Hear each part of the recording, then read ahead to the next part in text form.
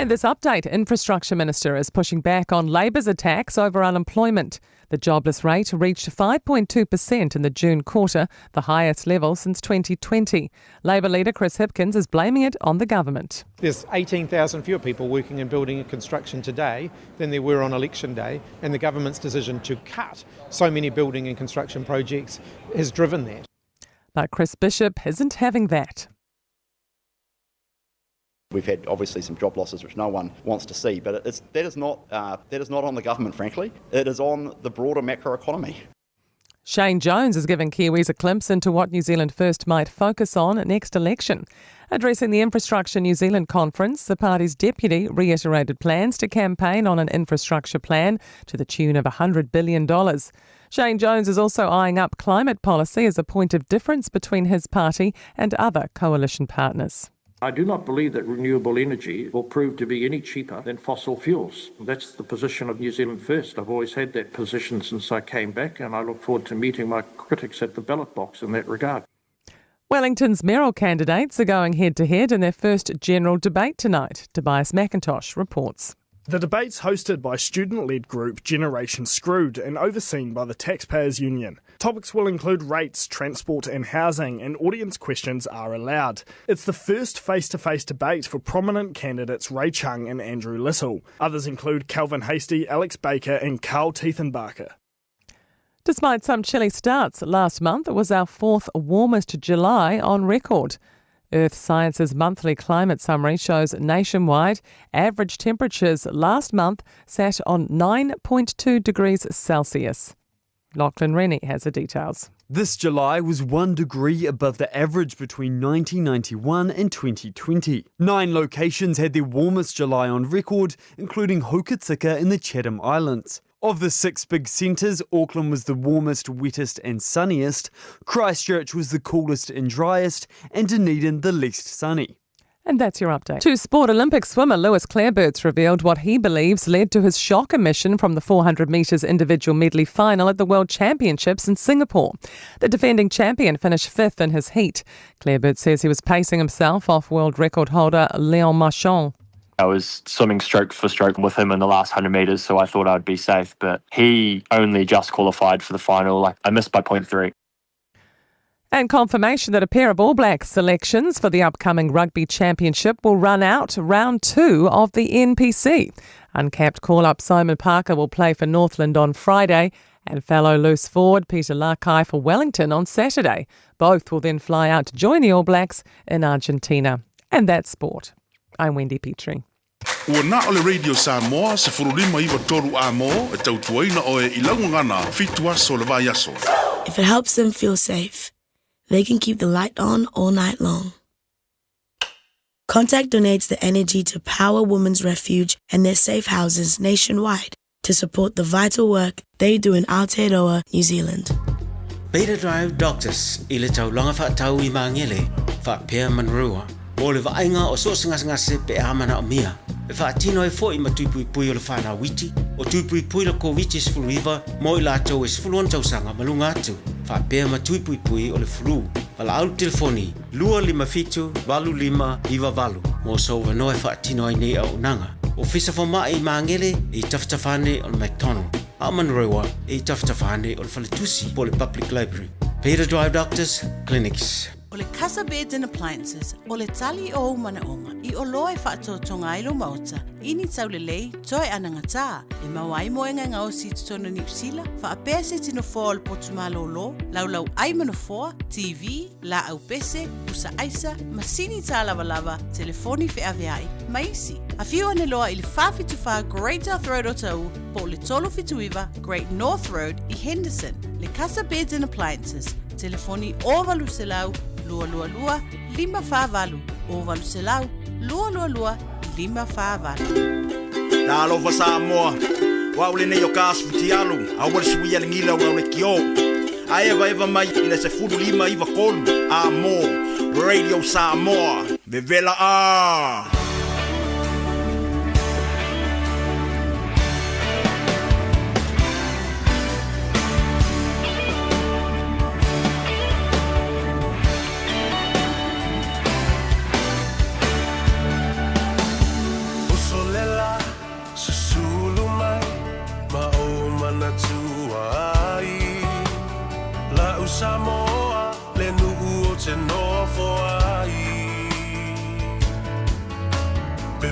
pefea na ngalo atu oi leva ai Samoa o le penina o te fia i ai O solela susulu mai ma o mana tua ai La u Samoa le nuku o te nofo ai E wha pefea na ngalo atu oi leva ai Samoa o le penina o te fia i ai Hangi mai se matani Ia, talofa lava le pai o mawalunga o le whaafonga. Tā puai a o le sila mai mua fo'i a le atunu pele Samoa. E le o ngā tutonu ngā le mua o le reiva i aso, tiu te mawhaiva alo filima o le ua ngā Gagaifo ai, ia le la. Ia, mori le ngā whaatai le atua. Tei mailo tū sifua, ma se malo sifua o le au ona nei. Tā walunga atua i fo'i, ma le au onanga, ma le tautua a le tōwhai a whongabua, po le whatalenga fo'i a seu Manu Francis Ioane. Ia ma le wha moe, le amore malo sko eku mai kai au, so e whaide porkara. Ia, malo a fua i lau maua. Sula fo'i le lofa ma le anga le leio le atua. O le ua ono minu te wa te ai i le tu lai wha. Ai o wa ai atu. Ua se ilo ma le tā ofi o le pasi ua malanga mai ai i le sunga ia Matt Luatua. O le ri i e whautua i a te oe maa uma i tātou uma. Mo le tūlanga le lei o le soifua maloloina. E maiso le whaia o tātou Willy. Ia pa o ni maa vaenga foi. Ia maise foi i le life insurance. Ia pa o le mauti noa lea.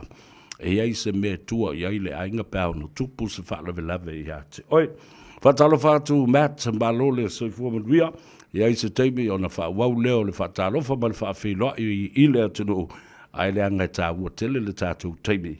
Ia ono leo taunu mai o tātou malo o fofonga i o le polokalame o le malu i fale i vai aso te tasi. Malo soifua Matt, malo le on sai. Malo lava soifua manguia lo fionga savea. Whatalo whātun pa ia man malu le tunu. Whafonga mai lingi a fiafi, ia, whaftai mo le awa noa, tā upu ma tā ua ngai o le life insurance, whaftai lava. Ia, malo, whaftai, ia, o ha mai, ia lau sunga.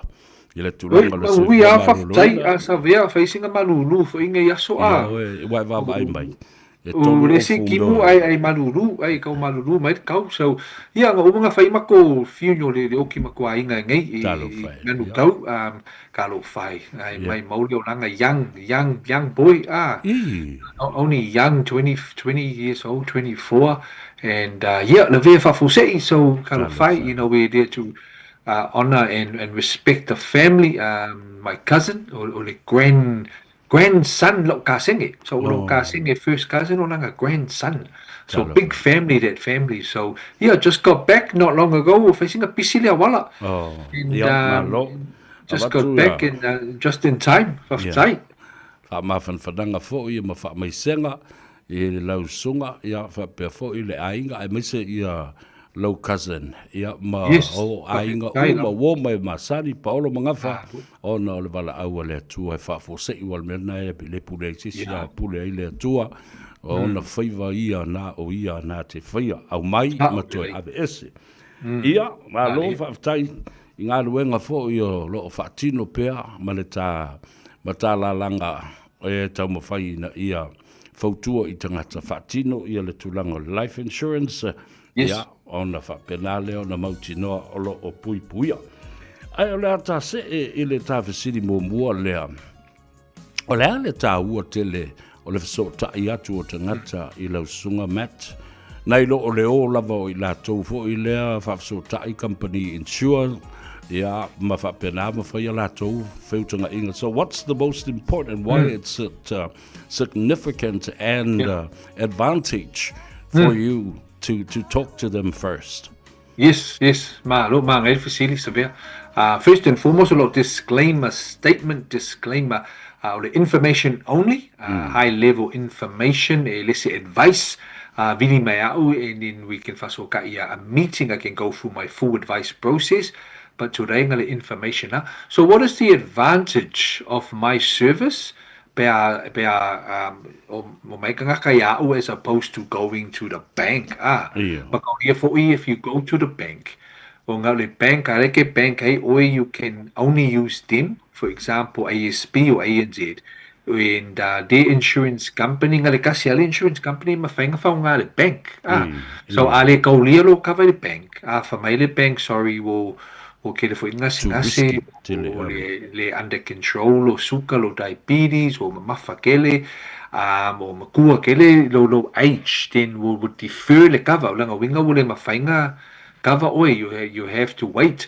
So if it's like that, then we'll stuck away with to, you can't ask that person to go and try another insurance company because insurance company from the bank. Like ASB or the AIA insurance if I the ANZ or the Chubb, I the Westpac or Fidelity. So only one company. Our service, my advantage of our service is because I can go to all the main 5 insurance companies. Ale kaulia the company this company try this company ale kaulia try this company. So I have 5 insurance companies. Right. Or the Chubb Life, AIA, Partners Life, Astron, Fidelity. So all the advantage in our services, I can try all of them for you. I can also do all the work for you. So at home, I can do everything for you. And then in the evening or the daytime, what time you have oi. I alu the bank. Ele mawhainga laku se the bank lo fale ili afiafi. You have to go to them during the banking hours. So that's my flexible advantage for you. I often ayo clients o kilangi le afiafi, le kaiao, le askongai, le ule le asusa, pe aku ule loku. So I'm flexible for penga. I work for the customer. Malaysia for a free little service. I don't charge any money. It's free. When I come and see my customers, they make me a puki, and then I talk to them, and we're still talking. I don't send them an invoice like the lawyers and some accountants do.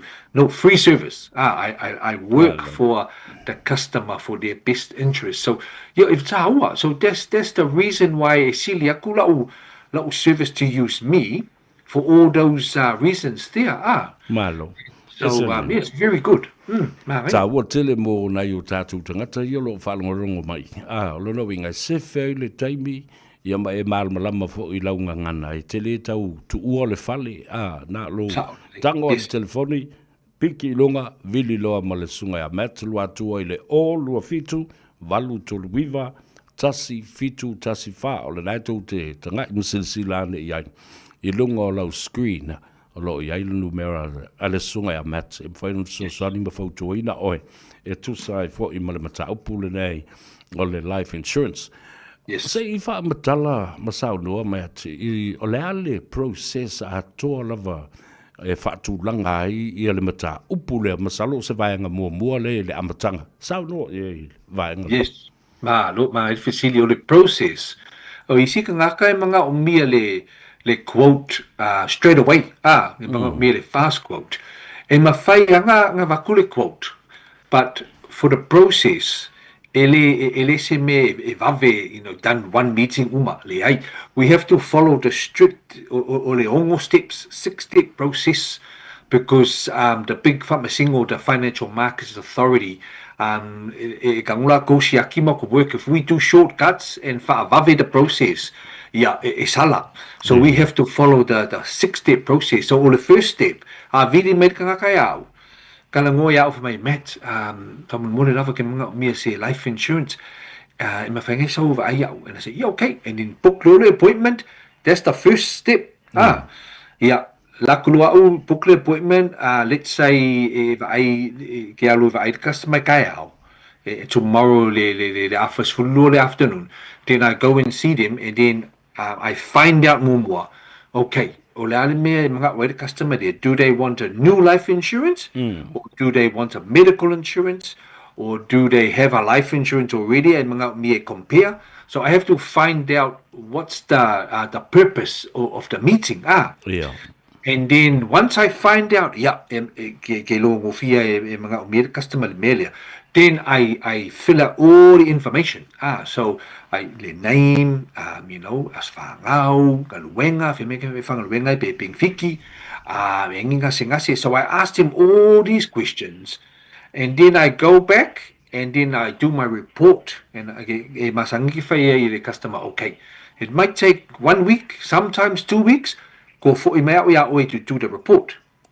So then I start my report, all the quotes, my quote from this company, that company, this company, report, quote. Go video could client, okay, I'm ready for second meeting now. Yeah, lakulo next week, I had a customer for the second meeting. Well, in meeting, I go through what we call a statement of advice or report, where I show them everything on there on the amount of the life insurance. I found magala or le ali wing the life insurance, or le ali wing the mele income protection, or the mortgage protection, or the medical insurance. And then after I found magala everything to the client, and then it got the price. Because the price is the one for the client. That's the main one they are waiting for. If he go. And so then when I give the price, I give the main full comprehensive price more. And then if the client, I can then trim it down and tailor down the price for until it fits the purpose, fits the price, the budget, and then for my little clients, okay, we can afford that one now. That one's better for us. And then I ask all the facilities on the application, and I tell them from Muli, please, please, please tell the truth for full disclosure. Because because if you pelo, then it go low policy straight away, fast. But then gave me a claim, then that's when the insurance company really straight to for and check the notes, and then they check the application and if they find you had all these nothing on the application, then claim, then you might not get any money. So I tell them, please answer honestly to the facilities. And then after that, we put it through, submit the application straight through to the insurance company. The insurance company that's best suited for them. So I show them all the prices of those 5. And then I pick the best companies, best fit for them. And then we just wait for the insurance company to make a call. It might take because sometimes they want the doctor's notes, they want the client to go get a blood test, to do all these build exams. So sometimes if I sing a level before we get a gong, and then it's approved. It's approved, and then they do the final price.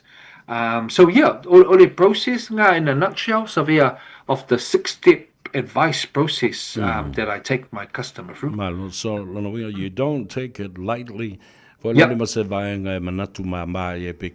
toi fo I uma me a me tu sai malau fa tal noanga le tangata le mana o faile le life insurance o le ala le se senga le life insurance male mele o ta o le funeral insurance.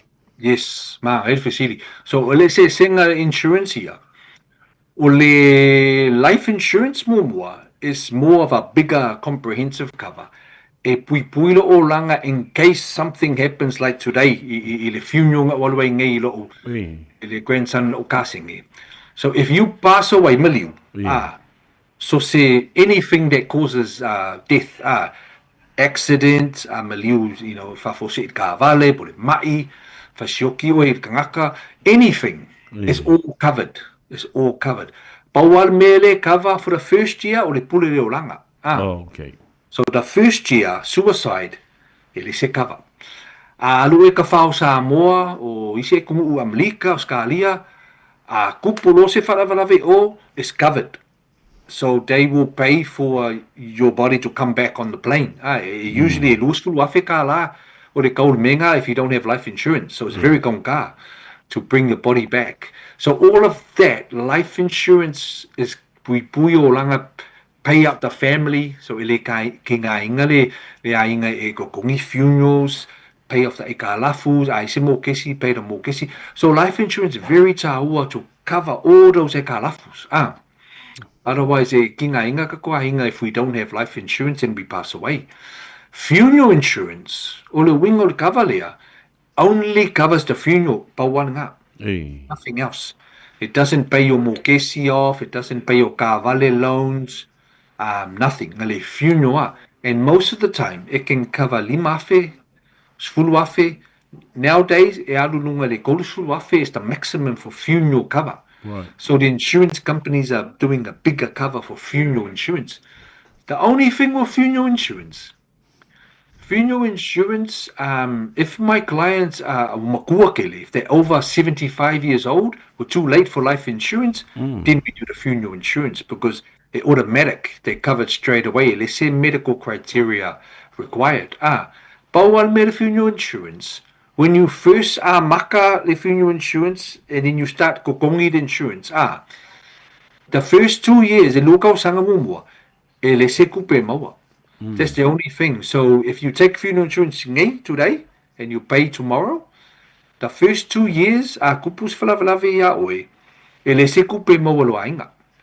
Because you have to survive local sangamumwa 2 years, then they cover you for the money.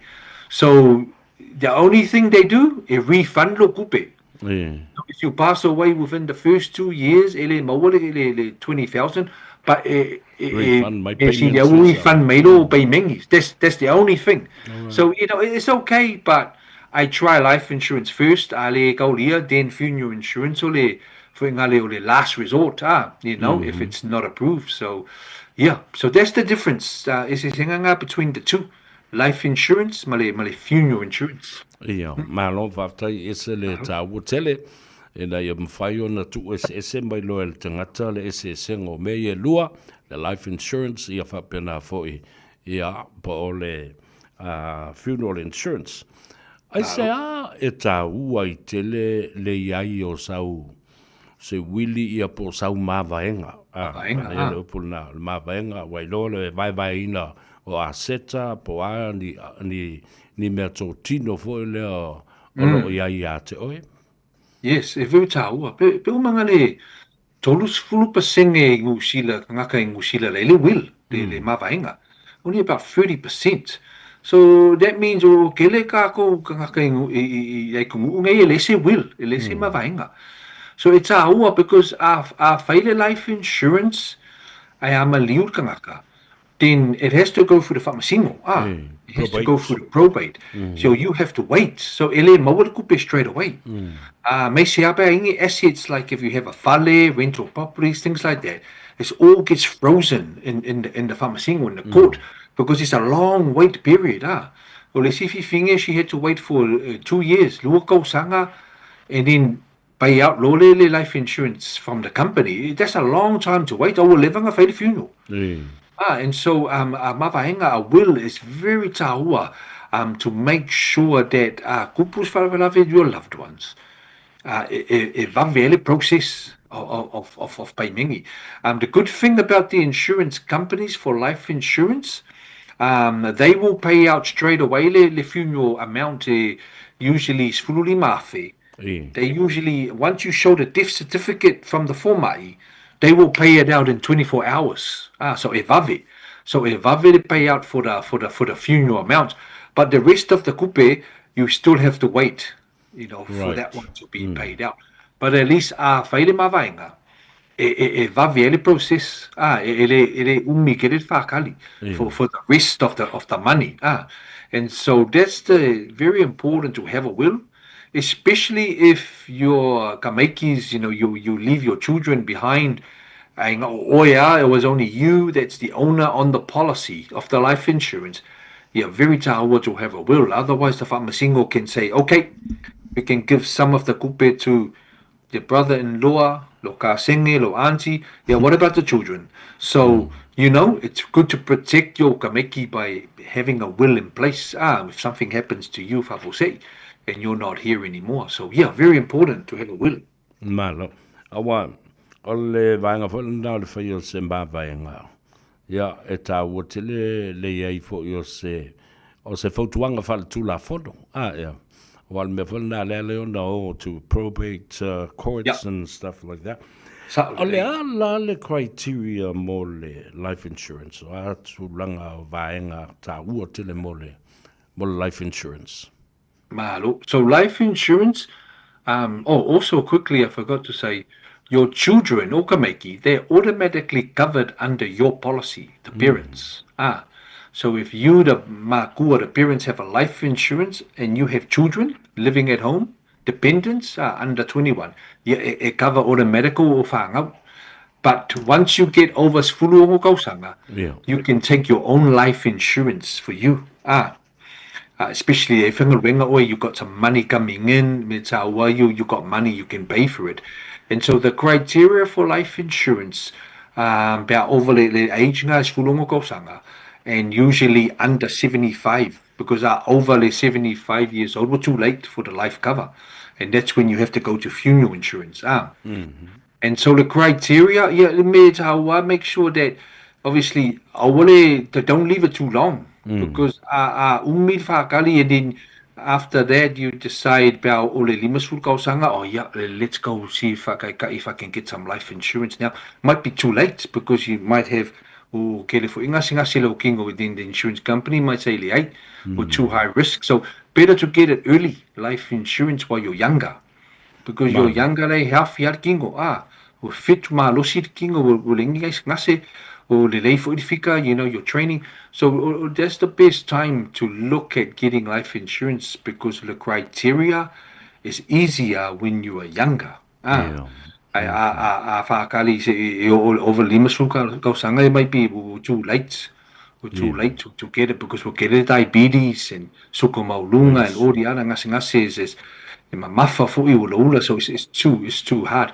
If you're a smoker, it's a bit more gonga. Life insurance is non-smoker. So the kula fongo for smoker, if you quit smoking, will stop. Then the insurance company will review your life insurance policy for it's about half price, 50%. The premium of the life insurance if you stop smoking, for 1 year. And so so that's the main criteria for life insurance. Sixengi, obviously, you have to be sixengi of your ekungu. Get it while you're young. Until you're older, because if to get the life insurance. And remember, life insurance only pays out for funeral, miliu. That's the main purpose of life insurance. It helps the with the aikalafus paying the funeral, paying the mortgage, paying all the the bills and aikalafu and leave some money for the ainga. So me ka ngale life insurance. Malo whaftai tāua I le whawhongwhonga le tunu, nisi mata upu e fia talano ina ma whamalama atili, o le sunga ya matal na il telefoni lunga tātou screen, o lua fitu valu tolu iwa, o tasi fitu tasi wha, toi whawhonga lumbera na, o lua fitu valu tolu iwa, tasi fitu tasi wha. Matt, thank you so much, my brother, for spending time with me and discussing and also sharing these important issues with our people. Upu mulmuli mai lau sunga, Matt. Taila sa vea I mole atu whaftai mal whamalo lo tō pa ia, man malu Samoa tō whafonga lo po kalame lenia so. Ma lor whaftai, ma lor sai, ma lor tapuai whamanuele atua, tūte ma Faiva lenia so. So I fua, whai next week sa vea. Whaftai, we'll see you next week. Maniale, vaiaso yo mana weekend fo yo mua, whaasa fua. Asifu. Le nao, tāwalunga tueli tanloanga fo ima le sunga. Matt, lua tua, the insurance man, o le telefoni le nā sunga ya Matt, le valu, o lua fitu, valu tolu iwa, tasi fitu tasi fa. Ia, a leo wabai atu, ia o se e mai fo i male sao le sunga ia Thomas. Ia, le ngang fifia le lau toi mo fo i le avandoa. So ta i tuai le li i kamuta. Ia, a wale fa mamla mai na fo i le tele o na fo i Faiva. O la ua fatino ma fa ngā yu i le tele o ngā ruenga. Fatalu fatu Thomas Malole Seifumanuia. I hope you've had a wonderful start to the week. Always a pleasure, talking to you and sharing your experience and expertise about your field. Malole Seifua, welcome to the Malu Ifale this week. Alofa Sabea, thank you so much for the opportunity to be here again. Fatalofa to everyone listening in this afternoon, this evening. Yeah, I hope the information that we talk about today can help a lot of our people.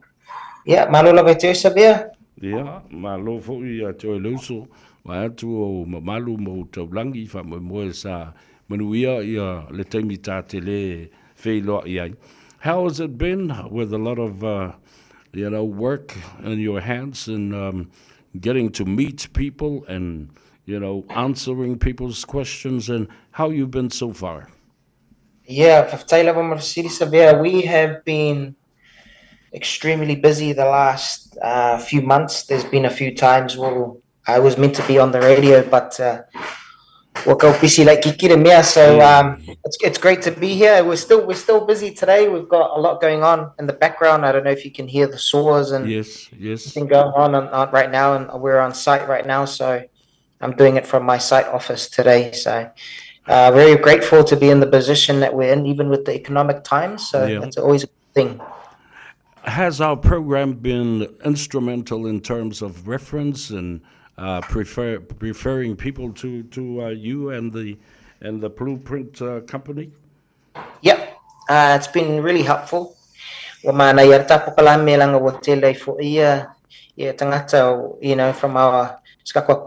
own people, especially in South Auckland, that have come through the program, that have been listening in and have been calling me at about 7 o'clock at night time. Please call between the hours of 7:30 a.m. and 5 p.m. because after that I have my daughter at night time. I'm excited about that, with having a lot of people referred to your service and being able to catch up with them.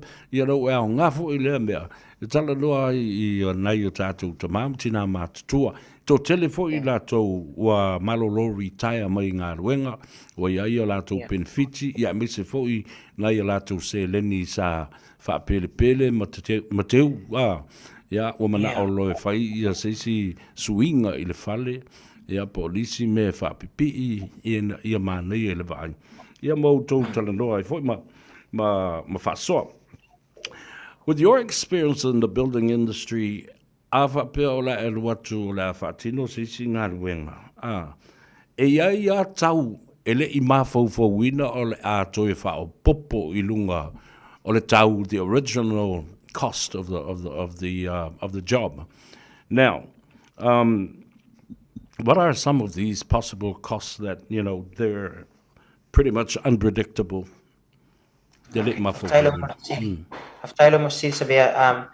is a big topic, especially in the industry, especially in construction, because we try our very best we have two words that I like to use. I like to try and minimize, or I get rid of any extra costs that come up. But in the instance where unforeseen, number one is always through either Vector or with water care. Those are the ones that there's only like estimates online that we can get from them, but it's always unforeseen costs that we don't know. So they calculate another one is Auckland Council. We call it the big A or the big Auckland Council because we never know. There's on their website, if I may, for estimations, ilonga websites, fees when they're assessing your application.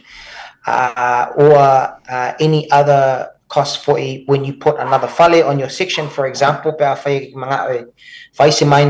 or add another house onto your section. There's what we call a development contribution, and no one really knows how a calculating a council. So those are things where we always tell mako clients, when you have a pakeki, you always got to think about what is everyone else's money that comes out of your budget first. Like, for example, consultants, everyone involved, engineer, architect, council, water care, Victor, all of the big boys that are out there, that money gone already from your budget. Whatever's left over in that budget, that's what you're using to build. So, and you always got to think about that. So, and another unforeseen as well is a big one, which we had in one of our projects recently as well. Is we're doing a house for. It's always in the ground.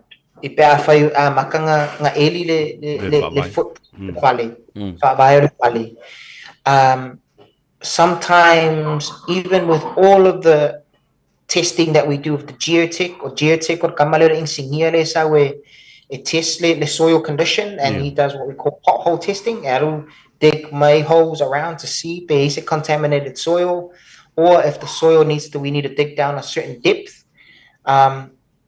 Once we start the excavation, we don't know how much is going to come out sometimes. We can only sort of gauge. But our le consultant le geotech engineer le digging. Deeper than what we allowed for. So it's always in the whaavai is where we have all the extra costs. Right. Or the unforeseen costs. Malo, whaatai, tā ua le whaafonga mai nei o tātou mātua. Ai mai se lātou o lae me fua e whaini ngā ruenga whaapopo i o lātou whale. O te loa o oe o seri ina a lele ka muta e mita tele lau ngā ruenga ia po ole tala whaasolopito foi. You're a very proud man because of the work and the profession and the field that you lead. O la ale mea la iuna tā ua tele pe a fia whailo se ngā ruenga mawala au atu mawhaonga i lau company o le Builders Blueprint New Zealand. I think that's a great question, Savia. The reason why a lot of people call us and talk to us about doing Ilakonga Ruenga is because all of the people that have come through, not only through the Kalame, but also through referrals. For us, we are recommended by people. So that's where the trust is for us, because we don't really do marketing. All of the work, like I said, all of the work that I've had over the years has always been through word of mouth. So refer akwa we see me Sione, from Sione to Aperila, from Aperila to the next person, and to Sarah, Masifinela down the road. It's always been through like that. And we've built this business based on referral. So you can tell that our business is built on, number one, we are accredited, we are professional in what we do, we are licensed, and we are also qualified to do what we do. And also, the other big one is we don't do Faiva Petili. We're not cowboys in the game. So we like to make sure that our people, our Pacifica people, are well looked after, because this industry, well, the building industry is a shark industry. Especially they come in and they tell them beautiful things with their beautiful brochures, and then they take you for a ride, and then they take your money, and then they leave. And that's the reason why is for this reason. If we are so that I can explain it to them in our own language, what it takes to build a house, and the real information, not the ones that you see with the fake information, the real information. If I tell you it's going to cost you this much to build your house, it's going to cost you this. Malo, ta ua tele. Au whawhonga mai le tātou tunu, nai te sila mai lunga le tātou screen, olo ia le telefoni le nā le sunga, ia Thomas, ole o luatasi, lima valu, tolu ono wha. ta ua le na o lo wala au mwha mauna numera na wau te loa o tau ta mamtina mātua o retire ia o lo o iai na ia tau se leni o lo o whaanganga mo ngā luenga whapea. Ia, mana ia lalo wala au i ele sunga ya Thomas numera na o luatasi 555 tolu ono wha. Ia, ai frozen mai lo ma Thomas ua malulu te lele pitola ia le sunga ya Thomas. Anyway, ia, ola atoe whatali tali atu se i toe ulufale mai ia le tātou malo, i le malu i fale. Au le tāua le nā Samoa, i lau tau sila mai, i alo matama whanau o le atunu, o lo o iai to mai whapitoa nei, o lo mawhai iai o na lātou whatino o ngā luenga, ma tau tua ia i tātou lewa ia. Ma wha o ngā i dai fo i le tātou ngana Samoa, ma mala malama a tiri ai, o le fo mai, o tama sao i ele ngi kaupoe i le ngā luenga, o le na winga le tala le nā, e lātou te le whia se me tau valea ai, ia le ngō Samoa, ia whapena fo i o tātou tangata. Ai mai sa o le pisi nisi ma le company o lo lātou ngā rurue ai.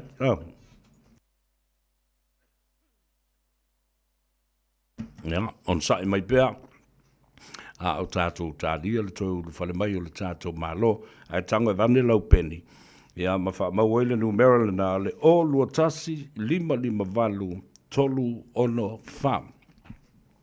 O whaatali la ia le sunga a Thomas e toi ulu whale mai le tātou pulakalame. A vea whole nei awanoa e whaatalo whaatua i ta mamtina mātua o le atunu, ia maise fo i le au whainga luenga te tofi tawhai fia.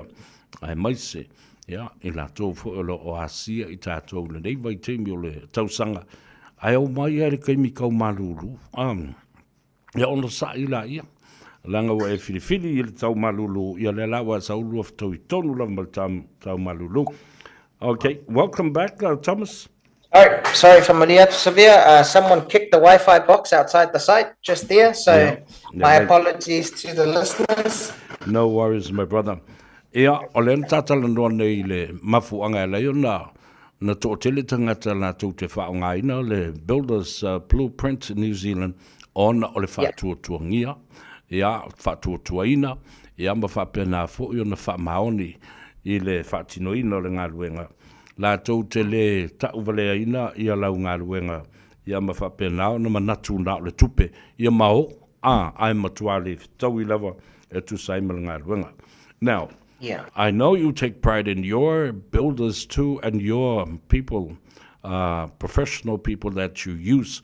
O le ale tu ai ngā whaamaoninga e te loa ai o lo o iai fo I la tau o lo o umbia ia whailonga, like master builders guarantee o le amatua matango fie ma le lei o na whaatino ngā luenga tusa matula whono o le whausiena o se whale. Okay, I will touch on this today on the master builders or any other guarantees or organizations that they offer. So a lot of new build companies that they offer what we call a master builders guarantee. It's an organization based out in Wellington, or the other one is based, I think, in Tauranga. I used to be a part of the New Zealand Certified Builders organization.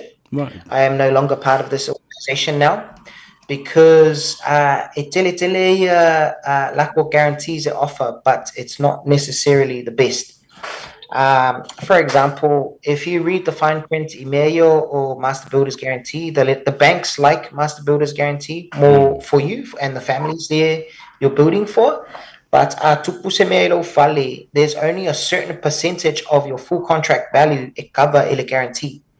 So you're not necessarily going to get a full cover of your build if something happens. Right. So the difference between those organizations, now that I'm no longer part of it, I can be a part of it if I want to. It's just a fee that you pay. But the difference is with us and the guarantee that we offer, we have an insurance. Just like the previous man, he just finished with Matt, where he has insurances, we have the same.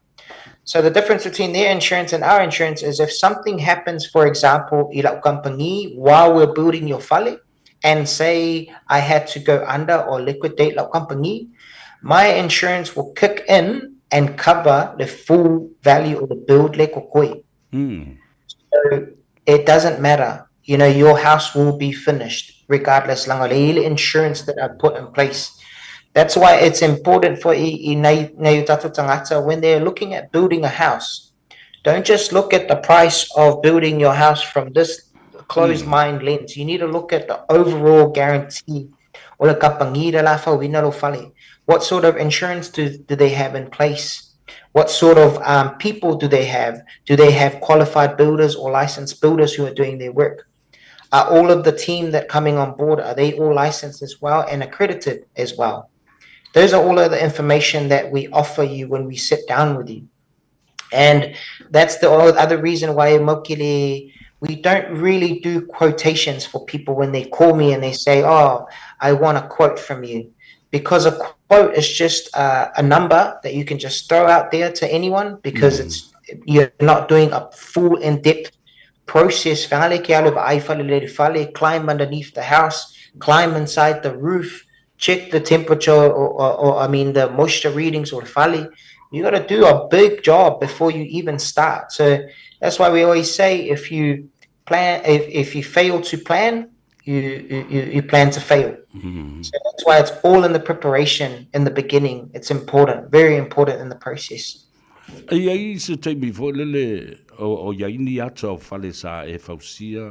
And preferably, the client will ask you and say, look, Thomas, can you show me one of your work? And,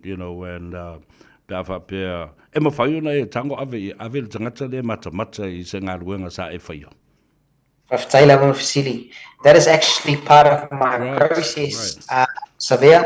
So before you build with me, I ask and I invite you to come along and see what we're doing. Right now, I'm actually meeting a family after this, after our show tonight at 5 o'clock. They're going to be here very, very soon. They also listen to us on the radio for you. So they're coming tonight to have a look at the houses we're building here. We're building 3 big houses here in Mangili. It's outside. The boys are still working. And we also have renovation sites across Mangili and Otara as well. So depending on what you're doing, if you're doing a renovation, then I invite you to some of the renovations that we have currently happening. Or if you're looking to build a new house, I invite you to come have a look at the houses that we're building now as well. We're also not a subcontractor. We are a main contractor. We don't subcontract to someone else. We are the main contractor for our clients. So if you want to see what we do, we manage the full process from the ground, all the way from digging, all the way to handing over the key to you.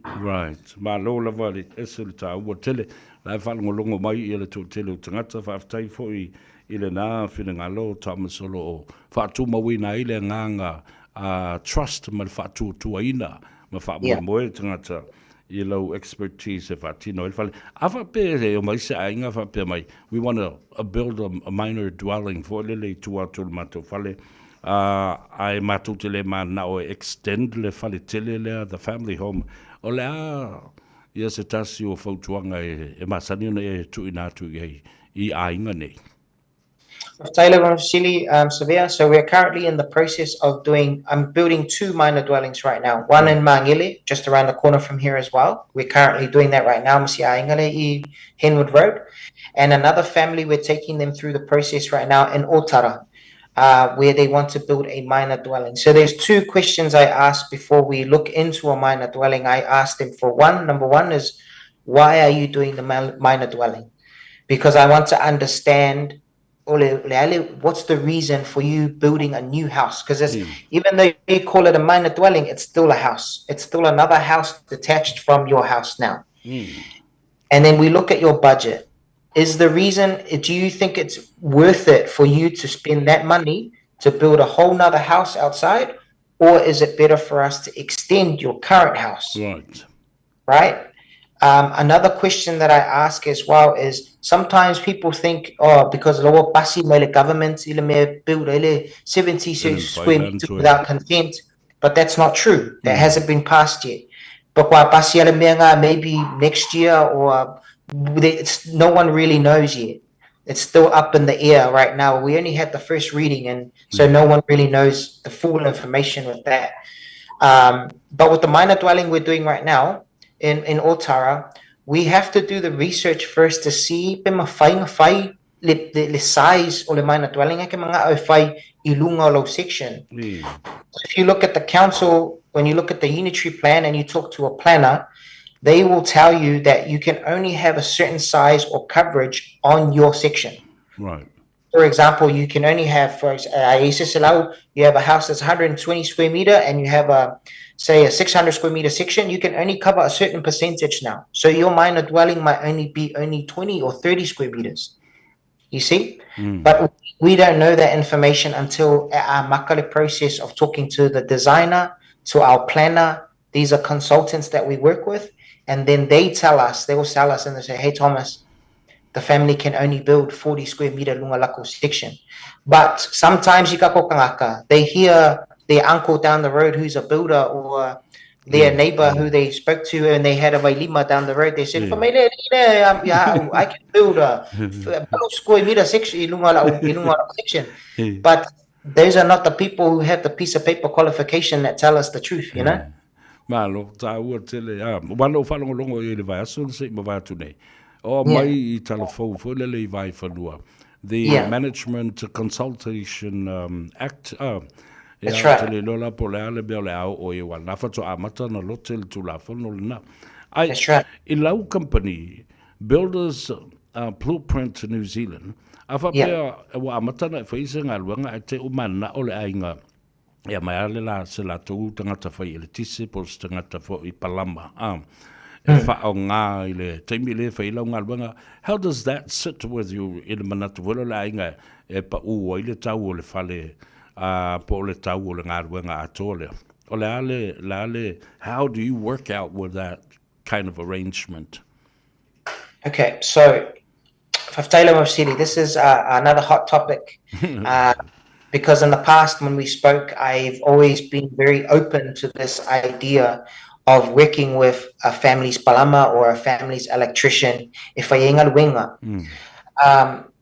now the problem that I've faced since our last conversation to now, because my whole team, we come as a package.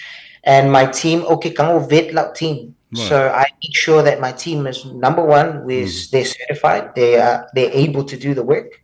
Number two, the quality of lakungan winga. I've worked with my team for years. Right. You know, I've worked with my guys for over 10 years together.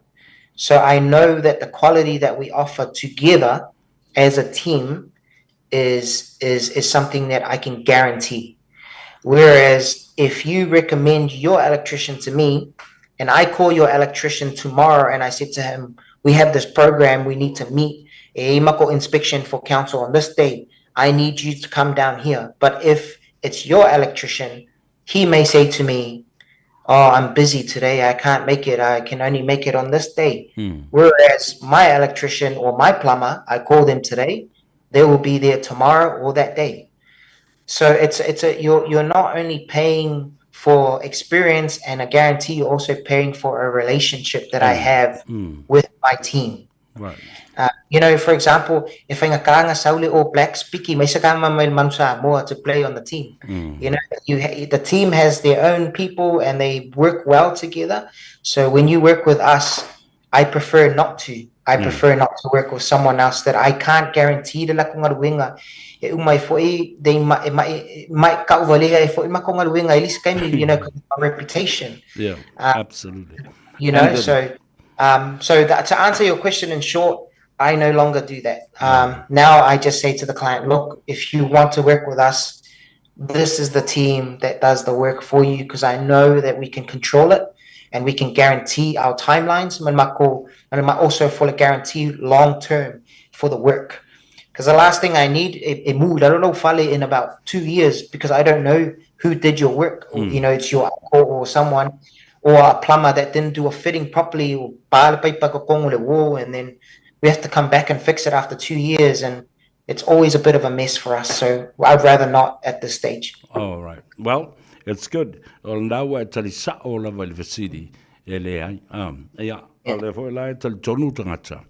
I lau whaatutuanga I te ngata ia tau te ngā lulue. Yeah. A guarantee, mai loai.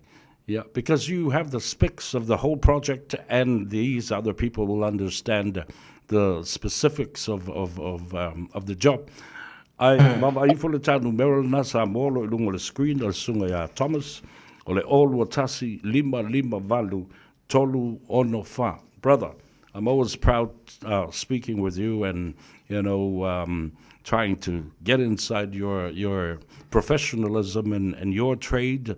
And I'm proud that our people are using you and calling you, and you are also instrumental to so se bele le in le fai. E mo le fia o tātou te ngata. Ma tātou loa fo, tātou le fai ngā luenga. You walk away with being satisfied that others are happy with the work that you've done. Final words from you, my brother? It is always a privilege for me to be on the show with you, especially that listen to the show. The whole vision and the heart behind my business is to help our people. So, if you're looking for someone who's going to be honest and reliable and who'll tell you the truth, then give me a call.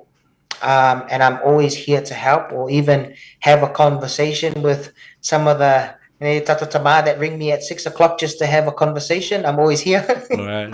And thank you very much again, Xavier. Five-time brother, the very best for the rest of the week and the weekend looming. Tato whenua I seisi taimi ai whaasoi whioa mole taimi nei. Yeah, whaasoi fua. Nuberal nā sunga ai leli I Kamuta Thomas ole olu tasi lima valu tolu ono fa. Ese ro mi vita I tama whanau nei o le atunu. Ia, wa tōwa vai peni papalangi. Ai atala noa mai, o le ata mamai, o lātou wanga waa. Ia, ma le maoni. Ma le ngangana o lo whaunga ina. La tātou oi tāle pese le vavai I eile tala noanga na malsunga ia Thomas malan telefoni, olu tasi lima valu tolu ono fa. Maptai se man malole. Batu toa tana kwe.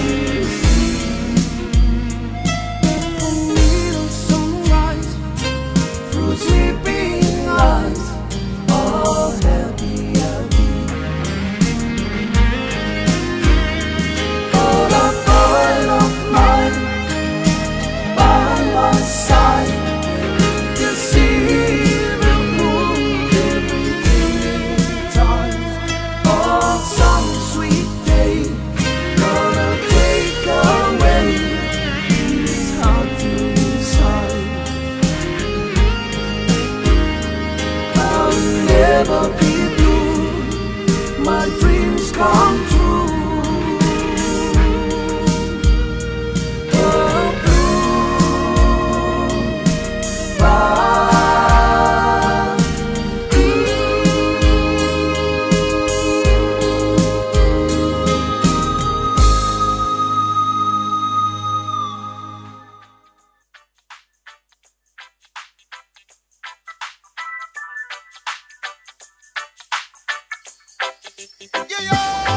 I say I wanna live my life to the maximum, but I don't wanna do no time and maximum. I say I want the finer things in life just like them, so work hard, my friends, and do it over again and again. Greetings and God bless to one and all, and again and again and again and again and again.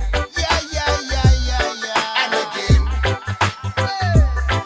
See that life is hard, so don't give up, even when the chips are low. So don't give up, don't give up. You'll be tested like any contestant. Your faith in Jah will give you new direction.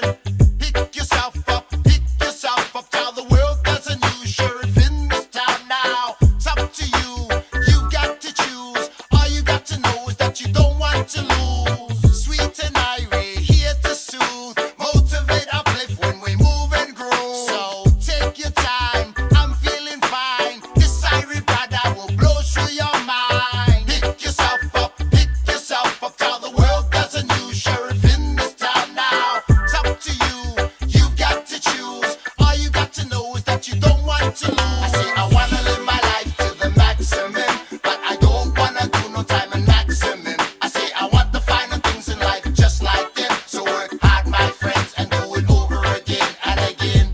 La la la la, and again and again and again and again and again and again and again and again and again. Ooh, yeah. Have I ever told you that in my past I was trouble with no direction to success of making a life for me? Got locked up at the age of 14 years. Oh, mama, wetaku mama roi mata. She cried for me. So in and out to one day I found God in his presence from my prison cell. He said, I know that you're feeling down and bruised, but there's always someone else that has it worse than you. And I done worked hard 7 years clean with a dream of mesmerizing out there. I made a back, I'm never going back. I thank Jesus. I wanna live my life to the maximum, but I don't wanna end up doing time again. I say I wanna have to find the things just like them. Put my head down, work hard, do it all over again. All over again. And again, and again, and again, and again, and again. Don't stop, no, no. And again, do it all over again. Ooh, yeah. Pick yourself up, pick yourself up, pick yourself up. You've got to choose. All you got to know is that you don't want to lose. Pick yourself up, tell the world there's a new sheriff in this town now. It's up to you, you've got to choose. All you got to know is that you don't want to lose. I say I wanna live my life to the maximum, but I don't wanna do no time and maximum. I say I want the finer things in life just like them, so work hard, my friends, and do it over again and again. And again and again and again and again and again and again. I say I wanna live my life to the maximum.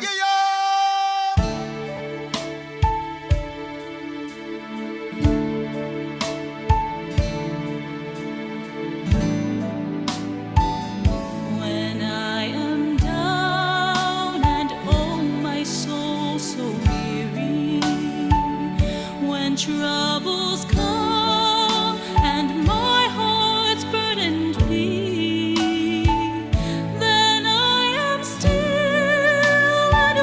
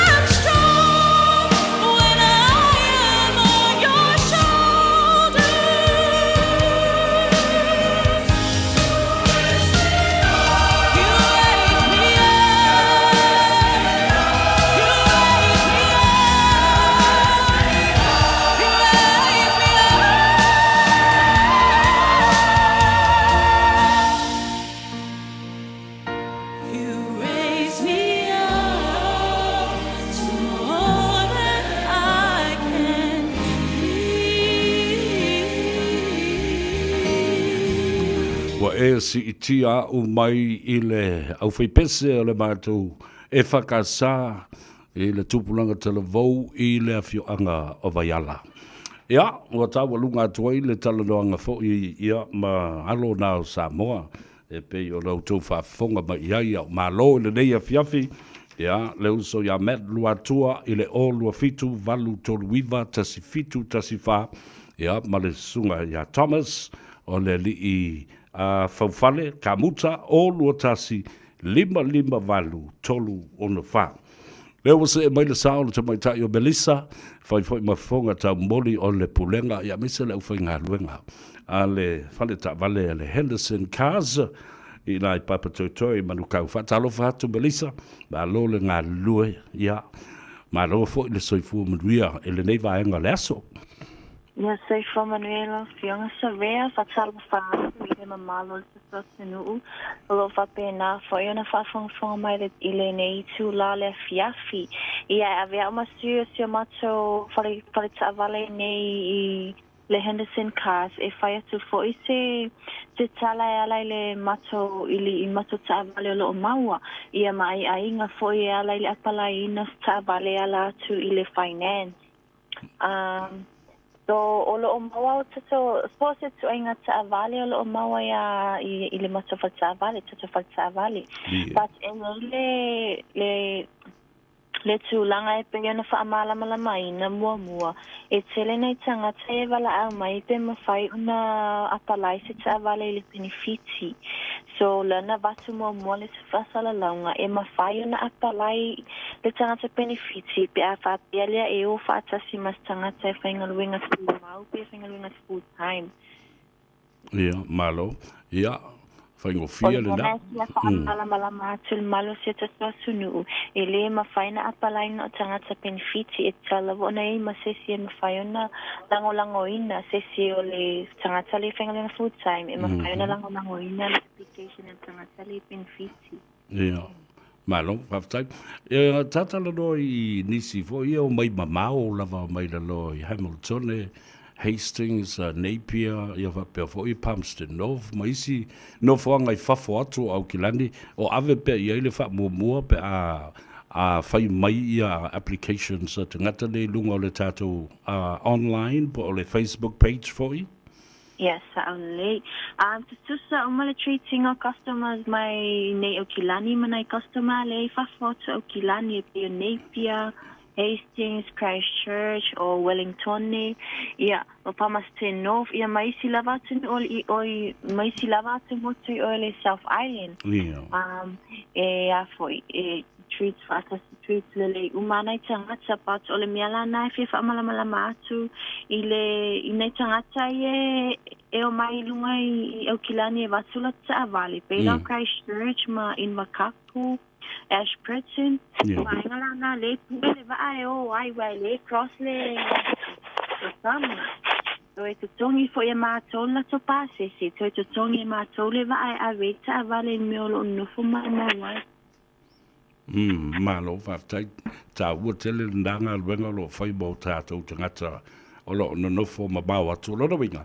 O le ta wo tele I le tato fa so ma tato tananga yo lo fai e lunga o le Radio Samoa I leva yaso ma leva yaso o whai o na whaalongolongo ia ma whaafonga mai iai ia tangata I lo whanga nei ia ma ngai mai ai e whaongala au tau service ia pola au tau tua foi tāle tu lai ono mai a ia le ma tapuria foi tātou lo toa I le fiafi nei o le sa o lea Yes, o le tato whatsa vale matala le tu lai vatsai au e tapuni le tu lai ono ai o lo iai fo isi a mato tangata le o whainga luenga o watai mianga I leono le sputasta nei nei tangata lana o mato o whainga luenga lana ia ngata le inei tangata ie whatu ama na vatna nei se meo leono le fitu a lo fi apalai la ta vali ia malo whaftai ia ia se vaenga o pa u ia tau e mwhai ona e whabanatu a o le au mai a fo ia le tā tuatusi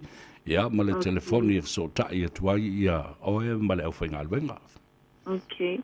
So ang paapelo if ya via wina le mato website it's ya lava staki le Facebook page le Henderson Cars o lo ya lava le special link for our cars o le website na mato e mato ta vale tal review pe paapelo it's le umafayona e mata ni ata ilungo le mato Facebook page e lo ya le website o le mato numero vili fua pe amana mia sister Sonia le Valley o le ovalo selau fitastasi ia ma le mato tuatu sima fana e siasi mai ai o le tasi wafa Kevin Fish Trap Papatoi. Ia, malo whafteite le lava mele sambo le talanoanga ia mese fo le tali poti le neia fiafi o ngā tutonu o le vaiaso ia a e whetau ilo fo i male ngā Gagaifo Faiva ma le manava o ngā luenga. Ia, manuia tele nei a fiafi, ma toi fo iatu, ma le saunga le mu i maota malawa wheloa i fo i stebio mua mo le temi nei, ia, whaasui fua ia, ma ia manuia. Whaasui fua. Ia, le nā, Melissa, mai le tātou whale tā vale, o le Henderson Cars e te maua i le tuatusi se lau wiva wha, Cavendish Drive, Papatoetoe, i manukau, ia, ma le nātou telefoni a le se tongi o valu se lau, fitu, tasi, fitu tasi. Ia, toi whamaloi le tunu uma le au whainga luenga, o leo wanga Gagaifo Faiva o Samoa, po whea lava la le tafo la langi o lo e mai mō mai ai, a o le ale aso, a o le ale taimi, a watu le whamaloi tiuta ma Faiva alo Filima sa ngā pāti ai, o lava singa ma whaasonga o le aso, ia a o tāpuai o tātua, ainga e me se fo i tamam tina mātutua, o le au no fofale, o lo ua se e le matila ma pōle whala. Ia matapua i atu matatalo ma whaanono manu, ina ia manuia o tō masaunga le mo. I matatou uma, ia. Whatalo whanunga le tātou api o fōlinga. O i le mua ma polonga le upena unasa, talo whalava, ia whapena fōi, ia tālafu pe telo sa ia, ia o... Ia vai o lesi fofonga leo le tātou pol kalame ua le aupa au mai. Ia ona o le nisi fo i o tuatuangia. A lena mua mai lana whanau tama lena o mai. Ia leo so e a mer lua tua. Ia whapena fo i leo so ia Thomas o i la tau o fonga le tātou pol kalame. Patasi ai ma le whaletua e mele palamo. Ia au ma ia... le pola kalambe o le malu i fale. I aso lulu o vai aso te tasi. Fatalo fatu e bele palambo. A lole se vomanuia aiwa e pisi le ia fiafi wa le aupa au mai ai. Ia fatalo fafo ia o Faiva utuone. Matamata atu i fea. O Tara ia. Ia o Famoana alo Faifo. Ta alo falava ba lole se vomanuia faftai ngā luenga le leo lo fatino. Colleen Torrea, vai, le wo o i Samoa, ia whainga Corinne. Ia o Isamaeli Salevi, watching you from Alaska. Whatalo whatu i Alaska, o tātou ainga woba e masani, ua sosola atu i Alaska, ma umawai. Ia, whapena fo i Anchorage, tasine nā stete po le nā fo i Aai. E whai asi to o tele o le mamalu le atunu o lo lātou. Nopia ia fatasi mal tama ta ipese la wiloa o Samuel talo fatu malo le soifom dia o le sunga ia me fa longo le kanga ka fa ia le mi kong ia sa o ia o fa mona lo faifo Isamaeli Triple M fa mosili ia male tamaita i o pele tanga lo o le so, o le matua i tele o whaalawi lo o lo whaahan, o lo whanga solo, o lo wheta lolo i ai i a pāti whaupwhai, a maise a pāti te tele nei e pei ona iai i a le tātou o le HRPP, tu le epa ma le na vaenga, i a whapea fwoi sunga lauli al maari atoa, ma le whaatua tua i le atua Samoa ua tasi. Ai, au vai atu, e matua i maofa le loto. Leo o esem sa tui mulu flufi, male a inga i le tai i le fale manono. O tau si la tula i mea laifai. Fa i o le anga le lei, o le ainga i le tai. e le sunga lauli le mari toa fa pena fo I le au malanga atoa ma sui fa oli umba o lo la to malanga e fai me alofa I tupe fai me alofa e le avausu ia male avaoso ia aile ngate le na o le tonga male tau mafa ia o le matai ai o le ainga I le tai e matau tia le fai ngā mea nofa. Ma tasi ala utiltilo, leo, o le mea leo te wawa ai atu e, o la u tala ma le wha mahoni ma le wawa ai iai. It's the way I call, the way I see it, and how I feel with what I'm listening and hearing from people when I talk to our families back home. O wawa atu la inga le tai, e landslide fo le mea. Yo, le foa le na o le whatutua I le atua Samoa ua tasi le na fo I ua matua I wha mautu ma wha mausali mai. O le na o silsili Pati fuli sefo Nicolao ma lolo so I fo mruia ia wha pia fo I ia wha moana alo whaifo ma le tamaitai o pele. Ai ua wha uau pia ona tulai mai ia le mautonu I le tulanga o loo iai ia le mata upu a whalatai ma sa matau. Ai lo utalitonunga fo I na ia e fōringa mai lava. E o ina li lifa atoa ia le palota le tu malo lea o sa matau ma whanelatai I le launga ale sunga. Ya tele ai telenga le moenga tele ai Christian au sange matau tia le na fa mai o lo ai ngai sa matau ma fa la tai o le sui le o le fatu tu le tu sa mo watas o la u apa fa fano ma la u solo fa fano o la u valusanga ma le asi o la u tautua le na sa matau ma fa la tai stangata o wina maulunga ona failonga ai fa mai o isi ia ona vai vainga wana oni fa mrianga fa o popo ele atua ilona fa atova a olana tautua le na le apa fa fano ma le solo fa fano le valusanga ma le asi o le afatino ai le tautua mo le tumalo man tua foi la o le tumalo le nei e sau ile tamaititi lea talavou, lea na maliu, whaafuasei mai o maliteime le nei, o loo sa ili pea le tangata na maliu ai. Le sunga I atu au, maletino whaasavalu. Whai mai mo moonga, a le ftelega tele ai, Christian au sange, o le sui whaorioli o le fast mole, I tu malo sa matau mawhalalatai.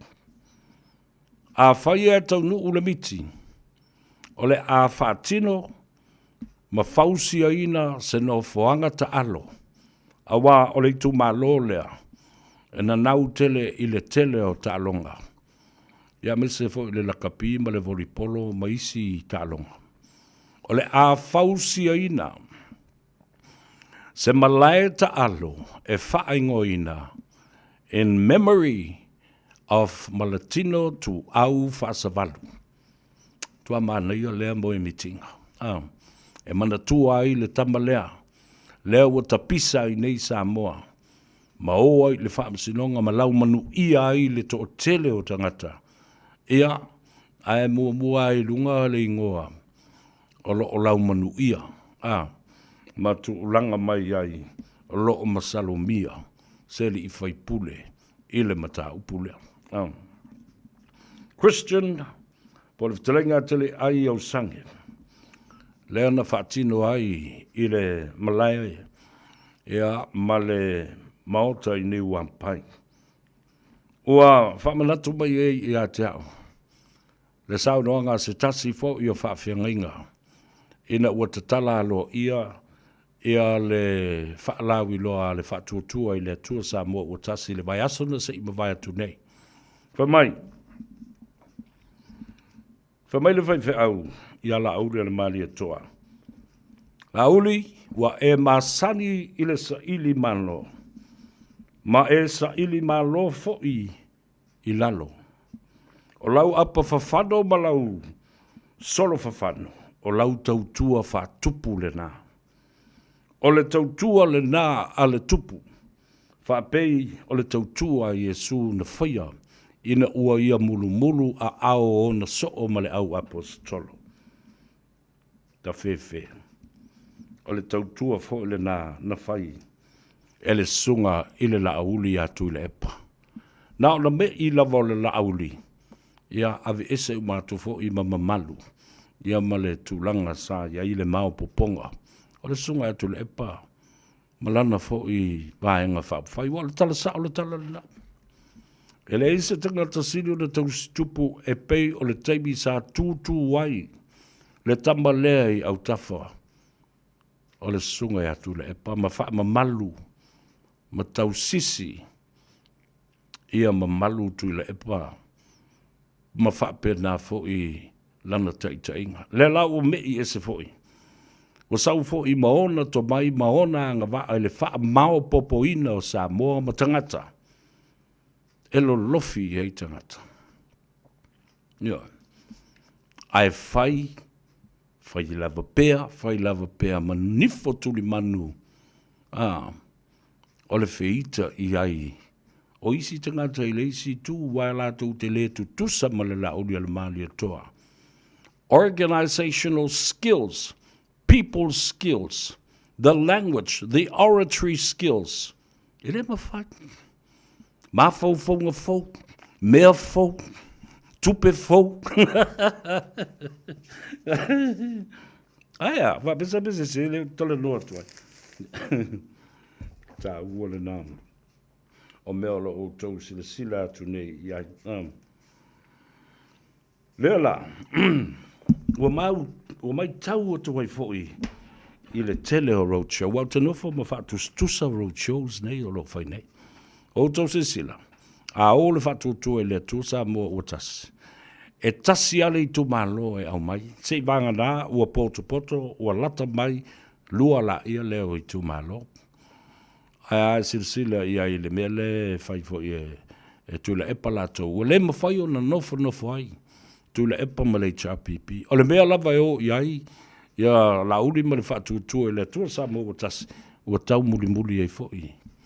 Ma le sunga atu le epa. Aisea. O alfasili nā le tu lai mai.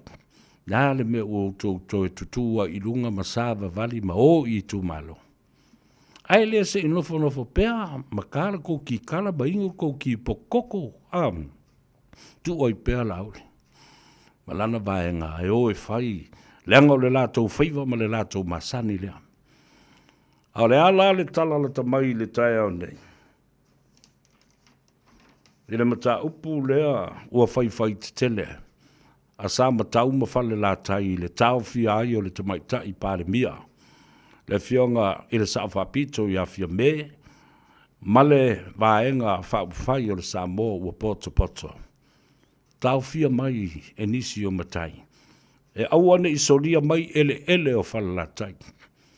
E oe fia me whapena fo i malau vaenga whai.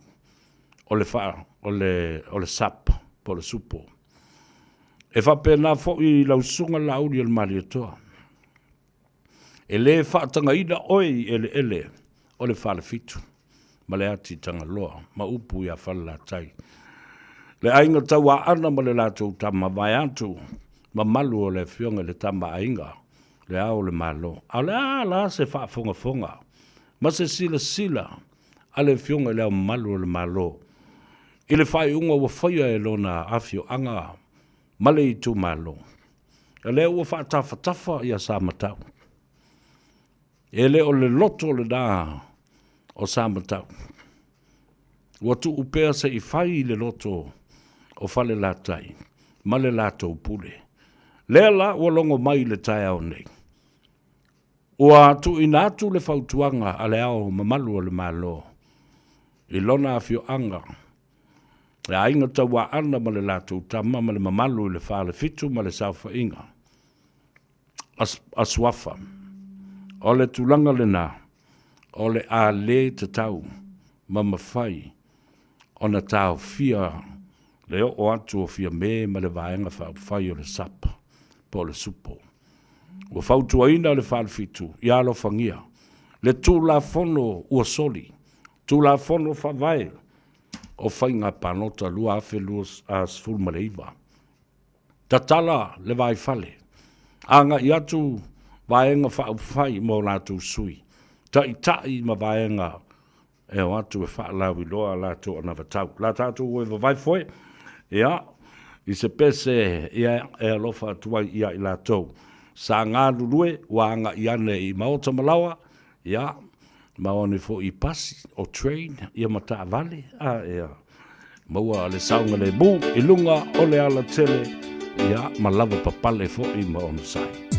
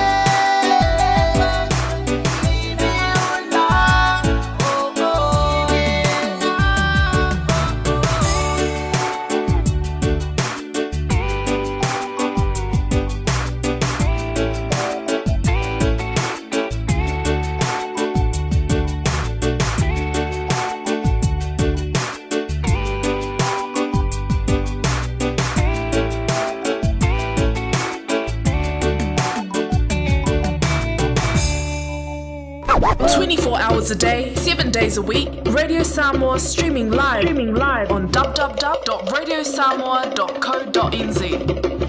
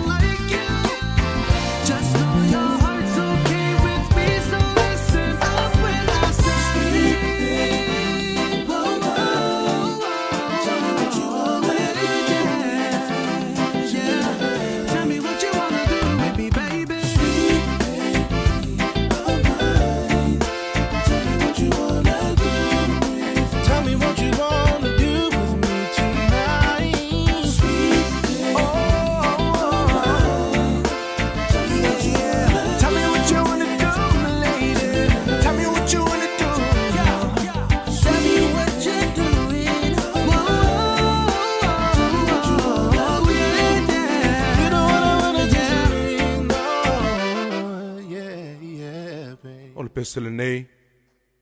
Mo I lato umalo o whawhiangai ma mea onga. Mai a onga la iti. I whasolo mai a onga tūlanga lua uma le atunu. Whasolo mai kolisi ma walunga le malo le ngatai leo a onga le lotu. A onga matata esi se ia pa ia universite. O te lui oe. A onga o Samoana. Olo o mitanga. Ole nei atu vasa e pele le anganga. Teine matama. Se ai mo ai ngā malalawhanga. Whilanua I mai tōninga ese. O se vainga whaawhia loto. Walangi nai o lenei ese. Moe olo o sue I le poto. Usoe o le whaawai vai. Matau mawhai. Ngalue I le mea e ngatai. Matau mawhai. Te talo I le anganga I a whesoso ani mai. Ungi le taimi te I tuai. A onga o Samoana. Olo mitanga. Ole nei atu vasa e pele le anganga. Teine matama. Se ai mo ai ngā malalawhanga. Se wharofangi ali alofa mai e tu ui ale taua I misa. Seu fina mai e su e sou o fisa. O oi o le toa o le Pasifika. Yes. O oi e o so ai o lui mita. Si ina I luli ma I luna. Aua e te wha maua lunga. Tango I le peni tuku e se le alunga. Wha malo si ngai e sunga. Fesoso ani I e vai vai. Fesoso ani I e o tau mawhai. Fesili pe a fia hiloa. Tui se I e te tala mai. A onga o Samoana. Olo mitanga. Ole nei atu vasa e pele le anganga. Teine matama. Se ai mo ai ngā malalawhanga. See me after school. Ho ufaya onga. You're late again. Whaafetai. Moa oha onga. Wish o nei ua olai. Buka pe vasa. A onga o Samoana. Olo mitanga. Ole nei atu vasa e pele le anganga. Teine matama. Se ai mo ai ngā malalawhanga. A onga o Samoana. Olo mitanga. Ole nei atu vasa. Nā, whawhiwhianga sui whiwhilo I le manawa o ngā luenga male a taua savea le ulua I ali I pesta e le nei fo I a solulu le o ngā tutolu o le vai aso. Ia malmanatu o loo manuia oe, ia whapena fo I lau atinae o te ute ma Faiva sa whenga I fo I le nei aso whai o I lātou o lea ua manawa ngā luenga ma ngā Gagaifo o lātou Faiva. A o nisi fo I o le nā ua tāpena tu mo le sifi po. O le so, na taunu oi le sunga lauli o le mali toa, ia ma le whatuatua I le atua Samoa ua tasi I ele sama ele pa ia o le whanga ma whalea se la. Ia sa au mai tawina le la unga fo ia le whawhiangainga le sunga le toina ia Reverend I Aeva Amitai. I le so. Ia o le tulanga tāwua o le savali. O I tātou te whaalongo I le musunga ma le taita inga le atua. Wa umanga luenga alo whaatino pea le whaalawi loa. E a whaatasi e fo I ma le tulanga o le tā ua tele o anava tau, ma manu lau ti, o loo whaanga solo a wale whaafonga Samoa. A le au tū fo i o le launga le sunga le to ina, ia i aewa amitai. Tā ua atinae. Ia whai atinae. Ma ia whao ngā o tātou tofi e pe o na iai o tātou ele ele. O muli vai whemuli tai. E whapena fo i o tātou o ngā sami. O lau whanua. E tua i ai Samoa maona atinae. Tā ua le nā ia te au. A tā lofa i le tā ua tele o lea fo i sa vali. Ia ma o le fofonga sa tula i le aswan le la. O le afionga ia sa la paulo. O se tasi o lango ina ma losi e le fionga ia sa la pinati. Ia manatua sa la pinati. O ia le nā o le asa tula i mai le paia inga lono. Sifun ma le fitu lena se ima vai atu nei. I le whainga malo a le afionga le sunga atu le epa le HRPP. Ia le o whalonga atu. Ia i le saunuanga fo i salapi nati mo le tūlanga lo aveila na wha mua. I le afionga ia Sala Paulo sa vema fonga o le ainga o le whatuatua i le so. O no lo utali tulunga. O le te o le fionga ia Sala Pinati. E tusa matula fono fo ie e tolu pili ia na au mai ei. Ia ia whatu maoti ia le whaamsinonga whanua maswafa. Au aine i toe a iai ia le whaamsinonga sili. Ia po le whaamsinonga maa walunga o soli ngā tula fono. Mana tua foi, na tapu ai i balea ia tatau o le tangata e ave ila le bata upu le whaamsinonga maa walunga. Ma toe ave i le whaamsinonga o tālu sanga to ilo ilo, ma tālu sanga a pili. Tasi le nā, o whai unga, lea na ave i tua. Ia malata mai lea au le mea na velo i ai. E le whainga maa lo, le fast. Ta ua lai le taulu ua la auli ma le fast party i lau whanua ma ele. Le ulumwenga ma ai ngai whāna te tausi. Le sāna ese a wasa tuala ma le taulangi. Ia e maise fo i le matua na tongi ma le nofo a to'o ma le whale iwa. Ia le ulumwenga. Ia ai le ngata lea. O le mamalu ia sāna le ali nganga e olo. Ma le whale a ana ma to'o tui sawe luu. Ia ai maise. De pui puinga o le malai o le toto. A wā le a fio i swafa. Le malu ma le mamea ma le la whale na to ese. Ia whapea fo i le usoli i ma le mamalu ia sāle ali. Le so tā ua ia. Le baba i atu. E le lo lofi mai o le tu malo. E le ngata i lea. O le mamalu. E le e to'o ma aunga manu ua sala. Oka o kai. Le matautia o le vainga foi. Ma le tūlanga mātango fie. E le vava ai atu. Ia. A le wha malunga foi a la au na whausia. E le maota mamalai sua loa mawatia. Ia o le tau wha ia fiu wha o le tane poni wha sio vasa. Ia sa vea foi ma fonga. O le ainga whatuatua i le atua Samoa wa tasi i le so. Nisi vaenga sili na tāua na maita wina i le so. O le saunoanga le sunga i lauli. O le tulanga o lātou whainga mea nofa i ainga e ona ia tabaiti ia e to wha ua maariliu. Ona o le whamai o le tanki fiva po le fiva o pona iwi. Ile ripoti la tabai. E lea ua tusa nei ma le 5 afe mon tupu tangata ai maise la vai le tupu langa talavou. Mai le tasi le tausanga se i o atu le se fulu 5 tausanga le mātua. Lea ua afia nei. Ia ua fua i fo i nisi company.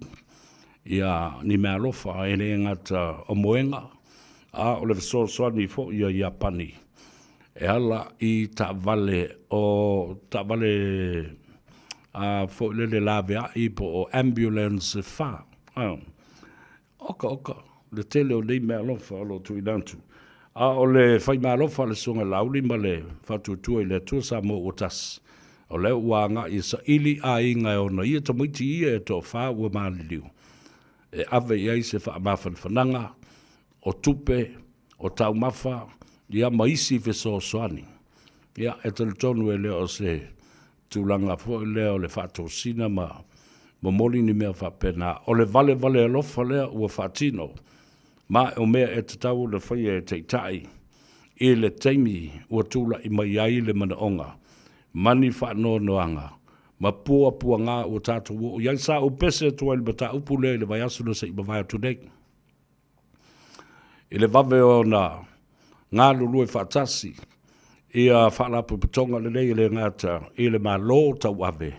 Le fionga le tamai tai pāle mia masana saudoanga I le atunu. Le minsta o le soifua malolo ina. Le pelestele male te te fono o le whaalapu putonga. O lo lātu wa ia whamai ese e ono a awhia I le atunu. Ai maise foi o whaalawe lave tutupu whaale nātura whaafu se. Ina ia mawhai o na tui nātu se wheso soani wha nati. Ai le ngata I lea, o le wheso tai ia tātou pāanga, I atunu ue pei o New Zealand, Australia ma Amerika. O lo o iai to mai whaapitoa, o vaila au whaapitoa, o whala au batui. Ai maise le whaalapu putonga, o le soifua maloloina lo langi.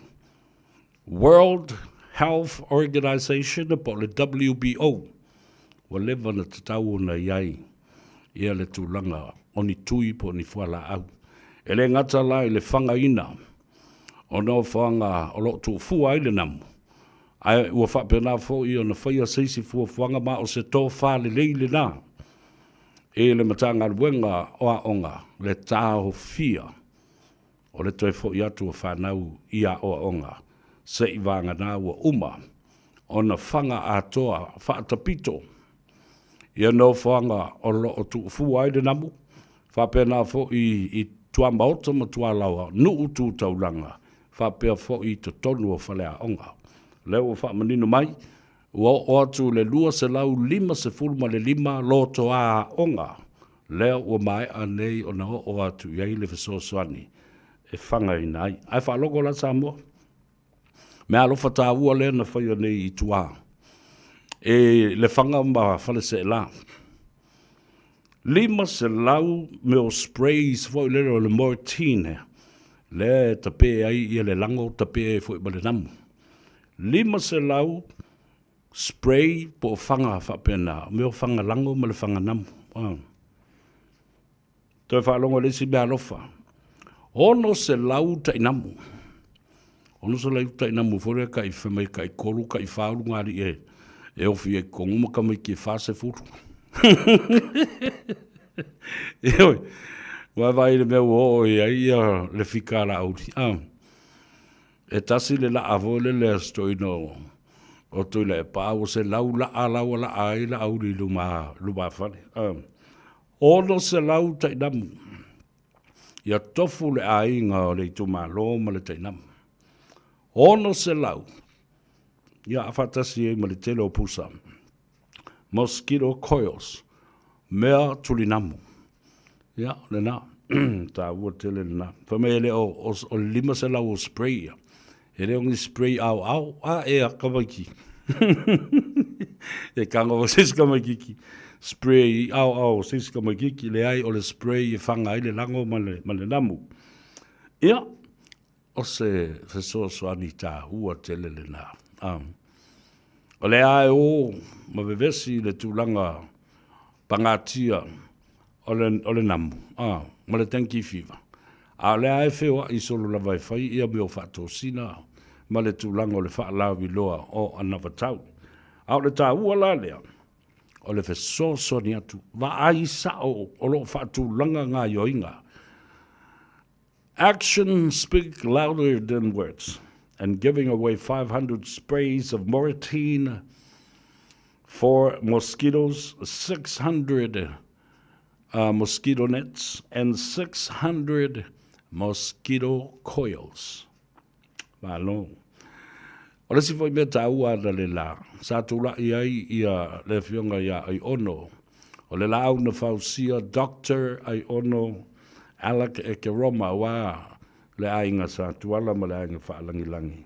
And sharing the limelight and the stage ina ia whaalawi loa le onga tele. Wao le li fo mai lea.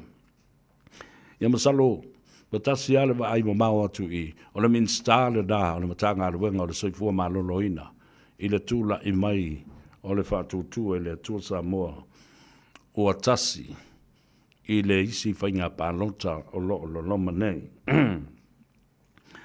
Ea, o le la ua whāteitai ia, le whātutu e le tua Samoa o tasi tautala, whātasi e mga luenga. O te lofoi, o le a ngai, po ai lava i tu malo o tutoe, o le mea foi le nao le au o iai. O meo sprays nei, po fangu nei, tinei ai i a le namu, whatasi ai matai namu, ko he a makanga whakai ka ko moe kai ngamu. Ia whatasi ai ma mea whaasu e turi ai le namu. Ia le na, le tāua le na, ia sa au wawa ai atu fōi. Oka le matau tia peo nau whai atu. Ele wawa ai atu i le o meo waa fōi lea alia i le lo. A pengi. Meo waa apa fōi e pea o ni waa whangota. Ale ainga i le taiu ma le whale manono.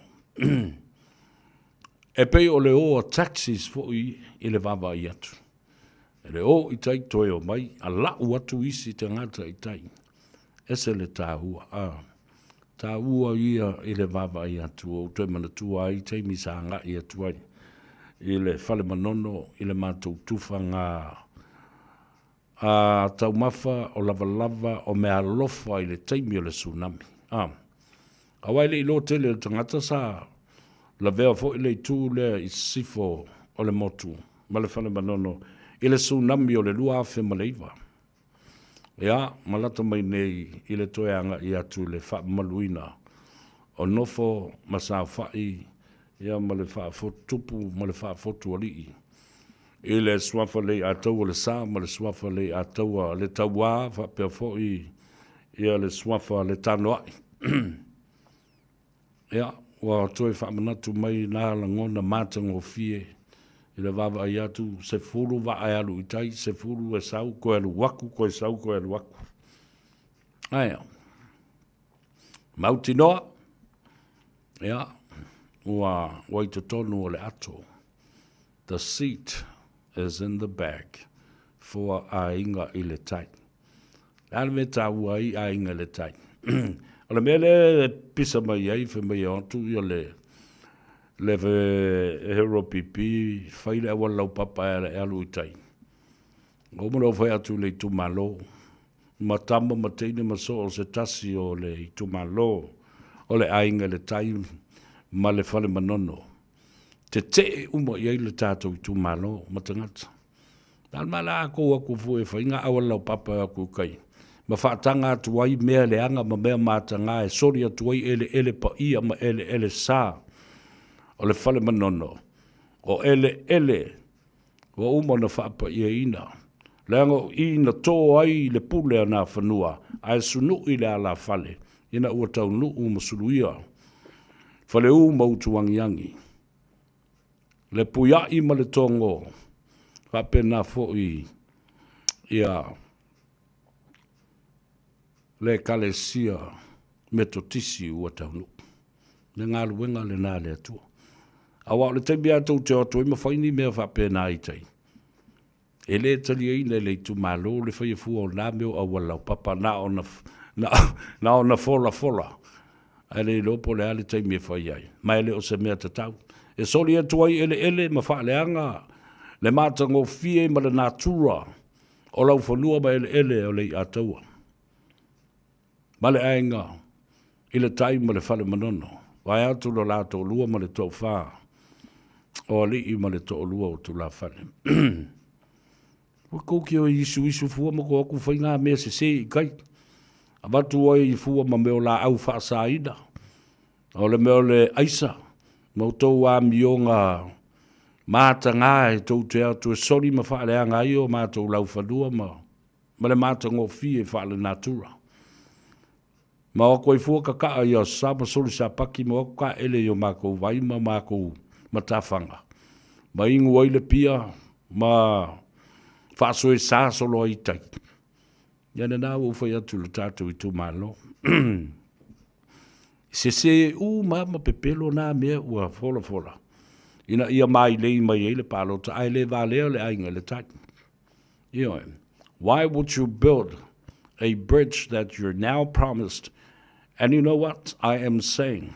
I totally object and rejected the idea of bringing all the worst things that you could ever dream of, damaging our environment and our beautiful natural beauty of land and vegetation.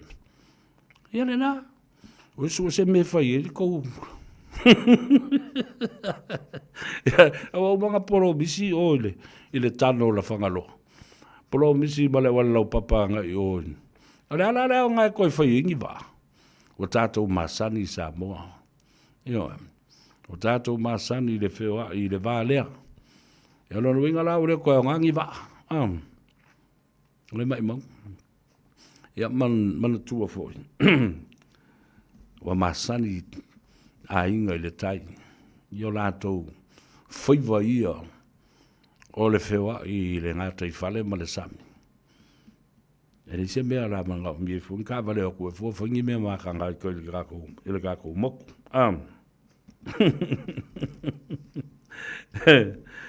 Lela.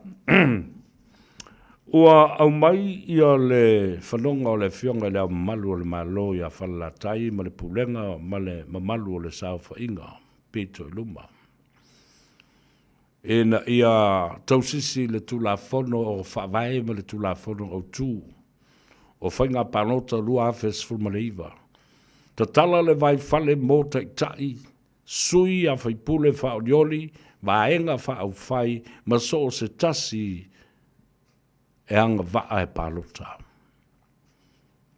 Aua, le puipuia, ma tau fia ai lea ia te tau, ma le tūlanga wha temu kalasi na te lieina e tātou mātua i le vaiteimi o le whono wha vaea o le ioo, i na tātou māli lie, o le system lea, o le a tātou mulimuli ta i ai ma te lieina ai tātou te le i tūtou tasi, e le tausanga e a Faiva se lau wonus fulma le lua.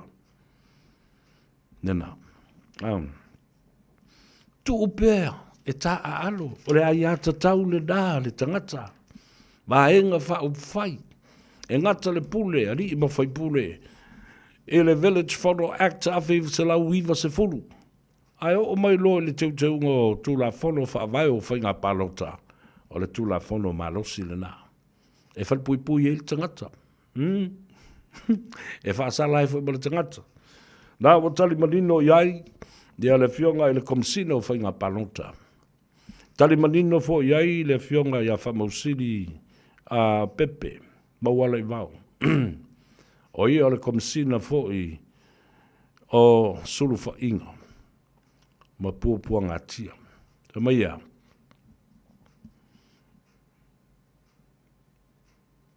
Use the law.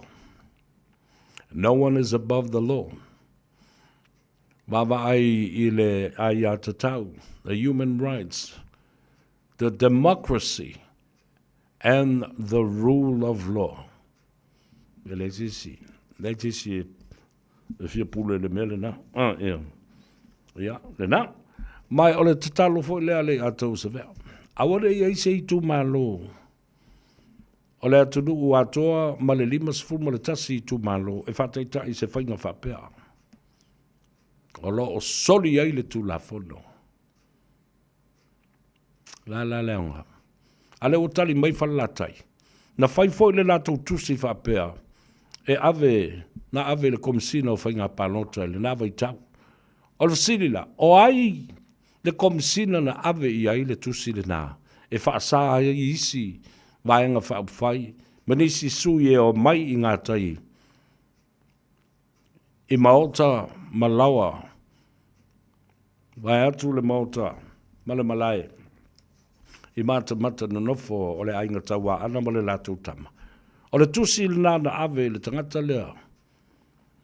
O whai malo matu mua a Matthew le Mesio.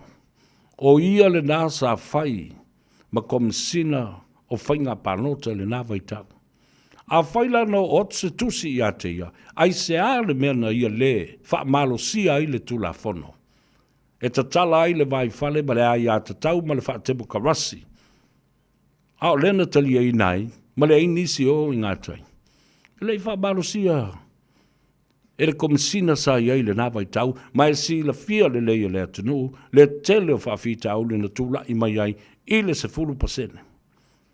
The activation of the 10% while he was a commissioner of the electoral office and commission at that time.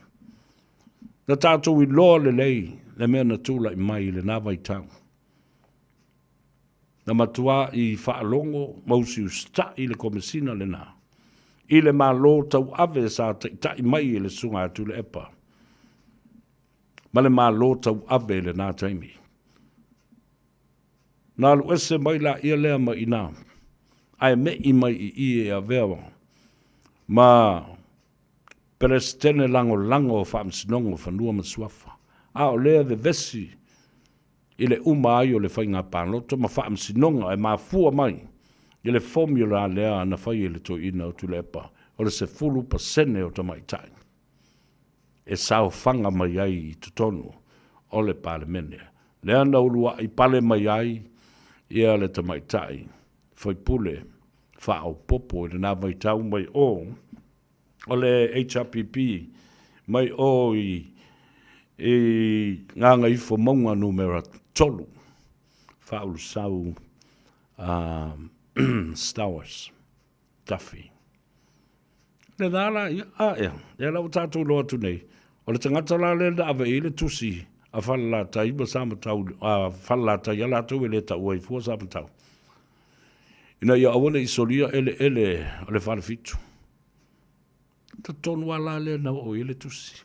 So now you see, Samoa, who honors the law and applies the law and keeps the law. E rei whai ele komisina le nā vaitau. Ia. A wale wailo umatu lava, e tangata. Sali lifa, ia le langona o le nāta mali e pūlenga mataita inga ale hero pipi. No doubt that I'm telling the truth. And people hate the truth. Mase Fili Paletaonga, John Smith, Silao Sanele, Feula motu fau talafalava malole soifu manria papena fo I sula mai goshi o lino yoane ya fa fo I fa vale le fua sembi alo fa taile mafuto mai Emma Jane Lawson and Auntie Tupu and where Salt Lake City in Utah, vatalo fatul tato por kalame. Ole ufa malista ngat mai. So ver peia le oto lima tamiti. Peia sa. Alo fatia I samaili ya sa oe se la mo le lima ia tamiti na mali liu. I le misela. Tātou te le mana mia, tātou te o I le tu ai ngā whainu mera whapena. Po le ono fo, let alone one child dies. E le ai ma se whainu mera nei tātou te taliaina. Pe o iai pe au sio na whapeala ia le pe o valu pe se fulu lima ai whai mai le tala atu le epa le nawa I ta wiki. We won't want to go there. This should not happen again. At the same time that the fumigation process is going on in the backyards and in the school courts, we should be looking and using treatment now, right now, Na mo le sa ili vai fo. Ile na o le pengkolo ma le me e watu po whala autui. Use the proper injection and treatment. A massive treatment and massive injection process and procedures should be happening right now in front of our eyes. We don't need any more children to die. Tātou te le toi mana o mia le baba I atu le loi fonga pa ma le loi mata malingi. Ai a wha so watali. Po so grandson, po so great-grandson, so nephew, so niece. O le a le me oia. O le a la utou fua iei. O le tala le nā. Ia ma le tu alalo le nā. I le malo tau ave ma le fionga te mai tai pale mia I le teimi le nei. Su e wha nati. E le wha pe wha tua o mai leo le tanki Faiva I le Pasifika. Na oso mai lunga I Papua New Guinea, lau le se mea, o le ala le treatment le na wha ngā e Papua New Guinea. Fasili ai, a whe oka mai ei tui nei. Ia, maloli sefo, mase, talawalawa, e sambaeli, na lole, Saifo Maria, Si Vale Pasesa, always watching you, Severe. A wonderful program. Whaamiatu le tua, ia whaaftaifo I Si Vale. Lucky Bofadua. Matamata atu I Oakley, California. Hello, whaaftaile. Mawhatumai, press the like button and then share our program or even leave me a comment. I love reading your comments. Ia, o lale update te lewa mai. Lewa mai sa maeli. Ia, tālusia au ke whai e sesi ngā meole. O le sori vale atu ai o le ainga le tai ma le wao fonti. Ai mai se tai I Apolima tai. Ia. Le malai o le toli, lale me ala inko o mai fo ingei. Ngongo foi ma foi ko a mio vale, ma le a mio pa anga yuka. To foi pupali I se fita talawalawa. Ia, ma uto uma I Samaeli. O Stacy to ala talawa Stacy. Human someone. Mai. Siosi nanai talawalawa. O malu taiao tanuvasa tutongi. Watching you from the capital in Wellington. Talawalawa tanuvasa malole so fumria. Aftaile mafuta mai. Alala toa ipufa li chunga. Alo, aftaile mafuta mai, aftaifo yo tau finangalo. Le mea taule na. Solomona Tyrell, Ravina Matotia. Yeah, and that, keep it coming. You know, press the like button. And also, if you want to subscribe so that you won't miss any episode on our program. La tatou, se vai po I tatou telefou ia langa ta ua tatou telefou I vai fanua. Ina ia tatou malama ere ngata I mea lo tupu I Samoa. A o mea I mea lo tupu isi atunu. A ta ua fo le tatou malama I mea lo tupu le tatou lava atunu. A ea. Lelei. Ta ua tatou no foi New Zealand malama foi tatou iele e mea le tupu New Zealand langa o le tatou a inga lona lua nei si mai le whaafonga so vainga I tatou telefou I vai whanua le ngangana peritadi ia mo le teimi mori o le nei aso lulu.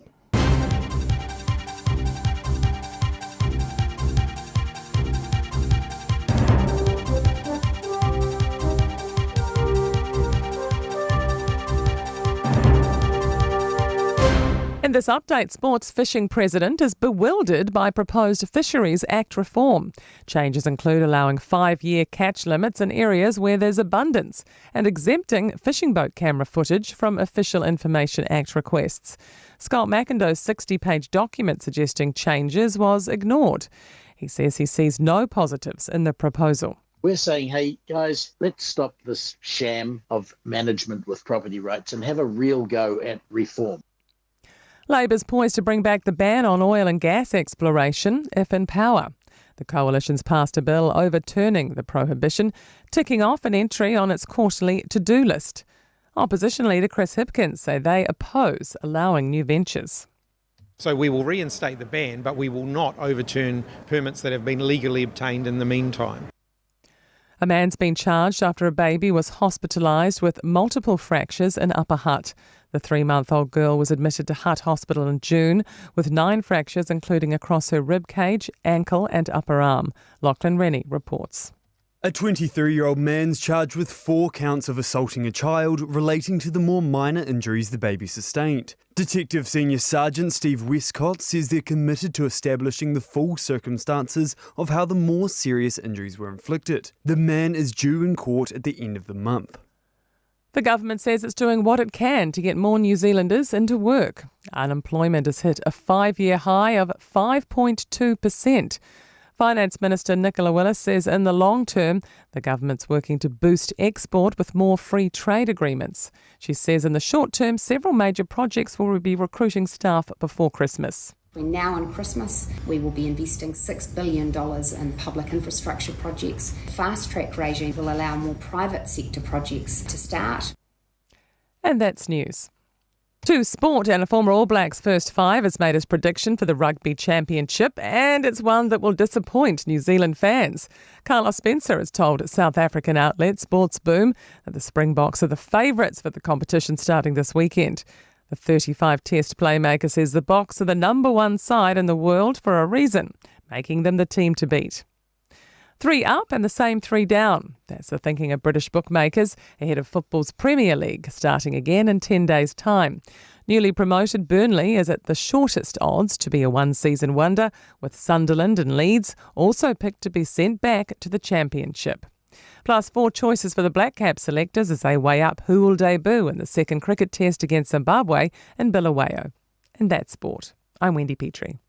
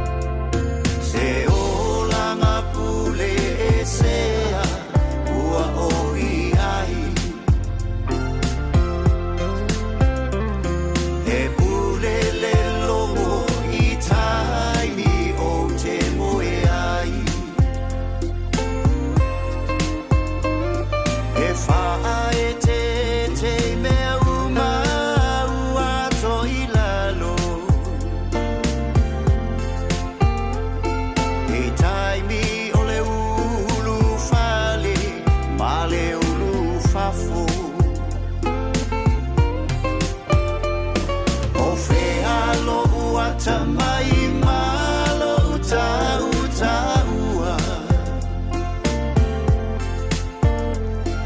Ua fetu ala ina ele atua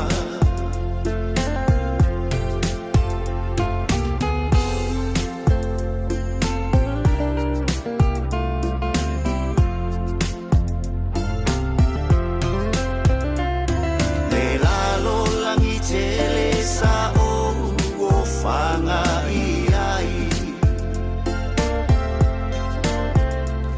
Veilafi o na moli fato sina mai Le tu ina nau le ua o fata thea O le anga sala ele o le fia fia lea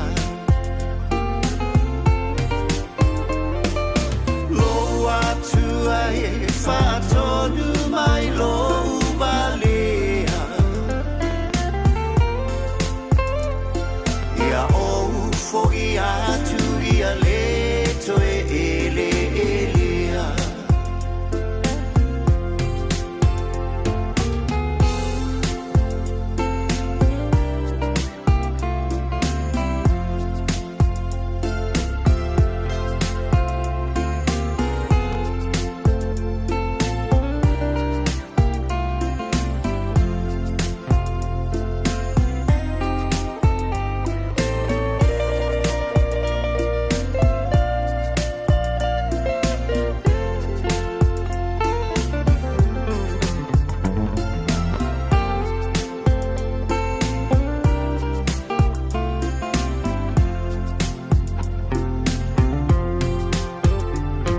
E tele au I tai miolo manuia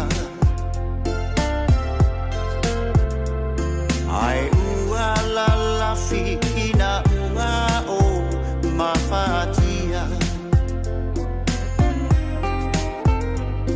Na lata lata mai I lo uta mau ainga Au pua puanga ua o le toe baaya O ya so mai fai ma fala me labi Au lo u ainga na tu mai ya so bali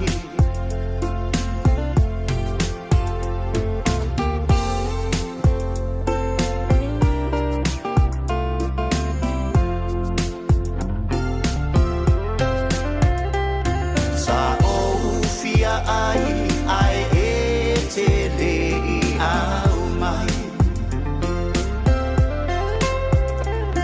Sa o le fale mai ai e te le asi asi Sa o le fale pui pui I noa noa tanga Tele I o ane se I fa ma fana fana Lo atu ai awa e te la foa I na Tu abanoa mai se ia o fo I atu Oi tate toe fia la e lo maalu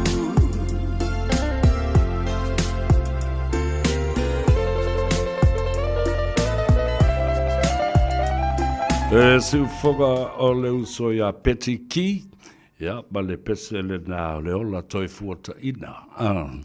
Fa mai pe fofola lo ufala I se oli, e iai fo I le atua ina. Ia, o le ua luas ful ma le wha minute ua te aile I tū lahe ono, to e watu le wha malo ma le wha aftai I ngā ruenga sa whea ngai ma le atunu u le nei aso, lea ua ngā Gagaifo ai o tō Faiva po whea lava lea tunu, o lea le taimi ma lea so, whabalo i tiute mau tō Faiva alo Filima sa ngā pāti ai i le nei aso. O le aso na le la, i le taia o sa o wawa aia tua i le ulutala, o le newspaper o le Samoan Observer mai Samoa. Ma mai tau ina ai ia le ulutala ma le ato le sunga i atu le epa, sa lele. O loo ia talo ai ua tatau ona sai mai ia le sunga i ala uli, arrested. He should be arrested immediately or now. O le o tau tatai lo u manatu, i le tala na o avatu le aso na nafi na ua whato ai alo ia nei. Se tangi mai le fionga le tamaita i pāle mia, i leo, e whaasanga i le mata upu, o le launga a le sunga i lauli a le maari atoa. Na ia whasilingi ai, ia le mata upu, o lo o manatu, o lo o a awhia ai le suafa, o le tamaita i pāle mia. Ona o le suenga, i se mata upu, o lo o manatu ai i eise so tanga i le fionga te mai ta i pāle mia. A o le mata upu le ue luma le whaamsinonga. Le fasini la lena o tuli ai le launga lauri. O whea ua whai i ai le suenga lea. O te lewhia tali la le mata upu lea. Leanga o lea ue luma le whaamsinonga. Ai le taimi. E tula i ai le te mai ta i o Lisa Marie Schmidt. I luma le whaamsinonga wa o ia fo i lea. O lo o moria leo e tusa bala na tusi na tu inatu leo malu le malo fa pena fo i le fionga i le lo i sili. O lo o angina ai, malau manu i ai, ia le sotanga, i le wha lave lave na maliu ai le tamaitai. O Professor Dr. Caroline Sivayana Cabot. Ia, tati ai fa pena le mata upule na. Ai ilo utal tonunga. Utale man malambala. Pe mafua i sea. Ona nga i fua ia tula e pasa ilele. Tawa nau. Matawa mo ia le matanga luenga o leo e tatau na mai. E leo se mata upo na ia. O le mata upo le patino le fionga le tomaita i paramia. A leo fōringa mai pe e wawa i atu. Wa auto lua mai i la ule nava ai i ai. Ai i mana tua le lei. E leo se mata upu atu le epa. O le mata upu fo le nei. Sa tatau o na ave ai se tangi le fionga le tamaita i palemia. I leo. Whaasanga i le tamaita i o Lisa Marie Schmidt. Ai na wa whaatala no ina e tūstala. Po lale me o le ave ai sanga tangi. Ona te tau le pui le mamalu o le tō whinga pāle mia o lo o ia tau awe. Ma nei tu o inga ua laumanu i ai. A o le tali māla malama ina ua wheilo i matu stala ma le au whaasala lau. Ia o le ale mea mai mau e fōle teimi e whai eri fōle nā mea. O lona winga e atangi o mai ai i o le fina ngalo o le fionga le tamaita i palemia. E le whaiasa na tangi whaasanga i alise. A lea la ua whaatino e leo. O lona winga e fōringa mai ai. The police have laid charges against Lise on behalf of the Prime Minister. Pe atu uisesi tu. Ia whatasi ai ma lātou lava mōrianga pe a whai ua whaatino o lātou suenga. A le ala fo ile na toi tusi mai e i le tamaita i o Lisa me whapea. Ina ua sua ina o ia leo. And all the physical evidence that is in her possession will never be relinquished or given to the possession of police. Te leilo, masalo se whinaunga whale tula whono, ma se whautuanga whale tula whono, ina ia tau fiofi mamau i mea wha mau nia whaitino ia. E o ia ile su enga le wha amsinonga whato ama whaila ia lea ona au mai i luma. Awa, all these disclosures and evidence at some point will be given to the authorities. O fo'i ni mea o iai leo leo. Awa, o le anga leo ma le tū leo. O whaamsinonga pe ao o le taimi su i nai se mata upu. Disclosures are shared between the prosecution as well as the defense. O le mata upu fo i lea, o lo whai nei maanga i ei tangata, e whaulu a lātou whaasea, i lea mata upu ma lea mata upu whapeo le whaaleanga ina, o se tamari anga o se tangata. E iei lo talitonunga whale tula whono, e ta tau o na iei se whinaunga o le mata upu lea. E lea na o lea watu lava i limo leo leo, ma ngā i loa e whaile suenga. Pe whaile mōri anga le teimile nā. Tangata nei e o atu malato whaaseane. They should provide evidence, physical evidence. If they are videos, then they should have clips of these videos. Ole nā o whaalongo atu, ua iaile you need to fold nā, ole IT specialist, ale matanga alwenga leo leo, e tā ua tele. E wawa a ieila ia lea masu e i ia i la tau ia o lo o mori atu. Ma e ta tau fo iona iai se test. And what is the test? Provide. Defamation needed to be proven at least 3 times. What was said was false. O le mea na whai atu, o le tala na whaalele e se le tua inga. Lua, ua whaa matanga ina ai, matauleanga ina ai se tangata. Tolu, ua toe whaasala watu i se tangata lona tolu. First, the article or what was been said was deliberate with malice intention. Lua, it has been related to the third party. So how can police have this test proven and then file charges against somebody? Yeah, now, what? O le whateita inga le nā. O le test e loa ai, ua soli se tū la whono. A o whea la o ta oto iai. Freedom of expression. Freedom for the Journalist Association. The broadcasters. What are the 11 principles that are now breached or infringed? O ala i tu anga ia. E malama la. I vaenga se fulu ma le tasi. O le tu la fono o whaasalonga. Ua soli. A o whea le sa o le tonga. O le au tu stala e malele ai. Ma le au whaasalau e whai ai le lātou ngā ruenga. E au noa. Ma le wha matau i da mai.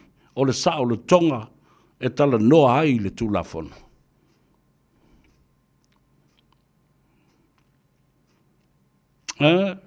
Tā ua tele. Lea le mara malama i ai mata upu nei.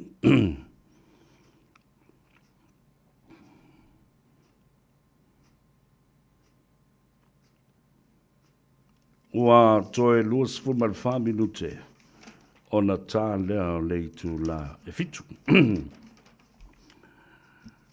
Ea, tātou tilo ma wawa ai ai. O le mea lea ua wawa ai atu nei fo iai. A o alu ia le savali lea e whaalawi loa ana watau ai maise pati te tele nei e tolu. E whaulinga mai ai. E sea le savali lea nga i ai ia le sunga lau le mali toa ma le lātou vaenga. O le whaalawi loa ina o le lātou ana watau ma le lātou manu lauti. Ai o te nofo foi ma mata ma whaalongo longo O le tangata masani i le mataupu lea analytical skills. The skills to criticize, the skills to analyze, and constructive criticism. O whautuanga, e ao ngā e teu wai se mata upu matoe wha le leia atili se mata upu. Ala uwawa ai le bele ui dei. O amatuali lifa lava le tele o saunuanga.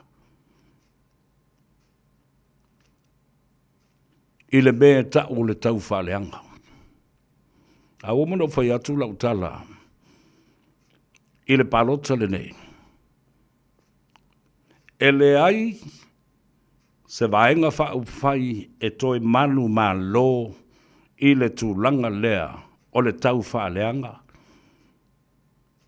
Ma le lalafo o ni upu e whaleanga ai lea vaenga. If we have the means and no malicious intention of having a personal vendetta to someone, then, by all means, i vaenga umo le tulafono, tātou tala noa la, mai e tango e vase, analyze le ale wingo le tala le o le lafo. Pelai la wawa ai atu. Ua whaile nei tangata o la auli. Manifo tuli manu, ma ua lama tasi o ia, ele tō tele. Ale fasiri aisea. Aisea lama. E tasi le mafuanga. I lo utali tonunga, le va ava ai, o le wha longo, o le tosi, o le pena o upu. Ma le mai o ina, o vaenga ese, o tala e whaasua i ai le lauli.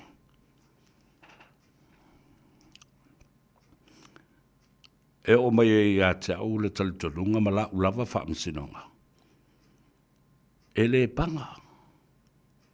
E le o le level lea. Ua o i ai ma au sia e isi tai o isi vaenga, ma isi fo i sui whaolioli. La tau te mawhai ai o na whaia se mea whapea. La tau te o ai i le tuai ngā whola mā walunga lea. E whiu e whai, ala e, kami ala uli mai, a tali mai fo, i tali mai lava. I lona tali tonunga. A i te u whatu le mea le nā leo o watu nei. So se teimi e tau whaaleanga i stangata, i le tau mawhainga se stangata, ona o tau i loa lea, wale au sia, e le tangata le nā le whola mā walunga, o lo o se e ai matu lai mai ai, le isi tangata. Whetali i porokiki, ma whainga whawai e manuia ai le atunu. Whetali i anavatau, ma le ao ngao le anavatau, o le ano whale o le anavatau. Play the ball. Play the ball as hard as you can. Don't play the man. Man tua fo le pufo le tatu te whalongo o kaka alo i meo polo fasila au fo le fasila au la kapi se ka oso moe al na fo se polo tatu ta alo ki nganga pu e ko le se polo ala pu e lunga le se mai no portino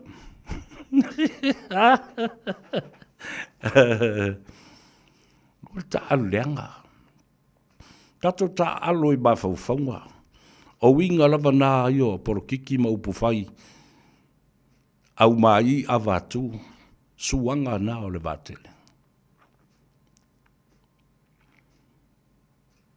A le mele o la kupu pu e uru e leise poro o ye.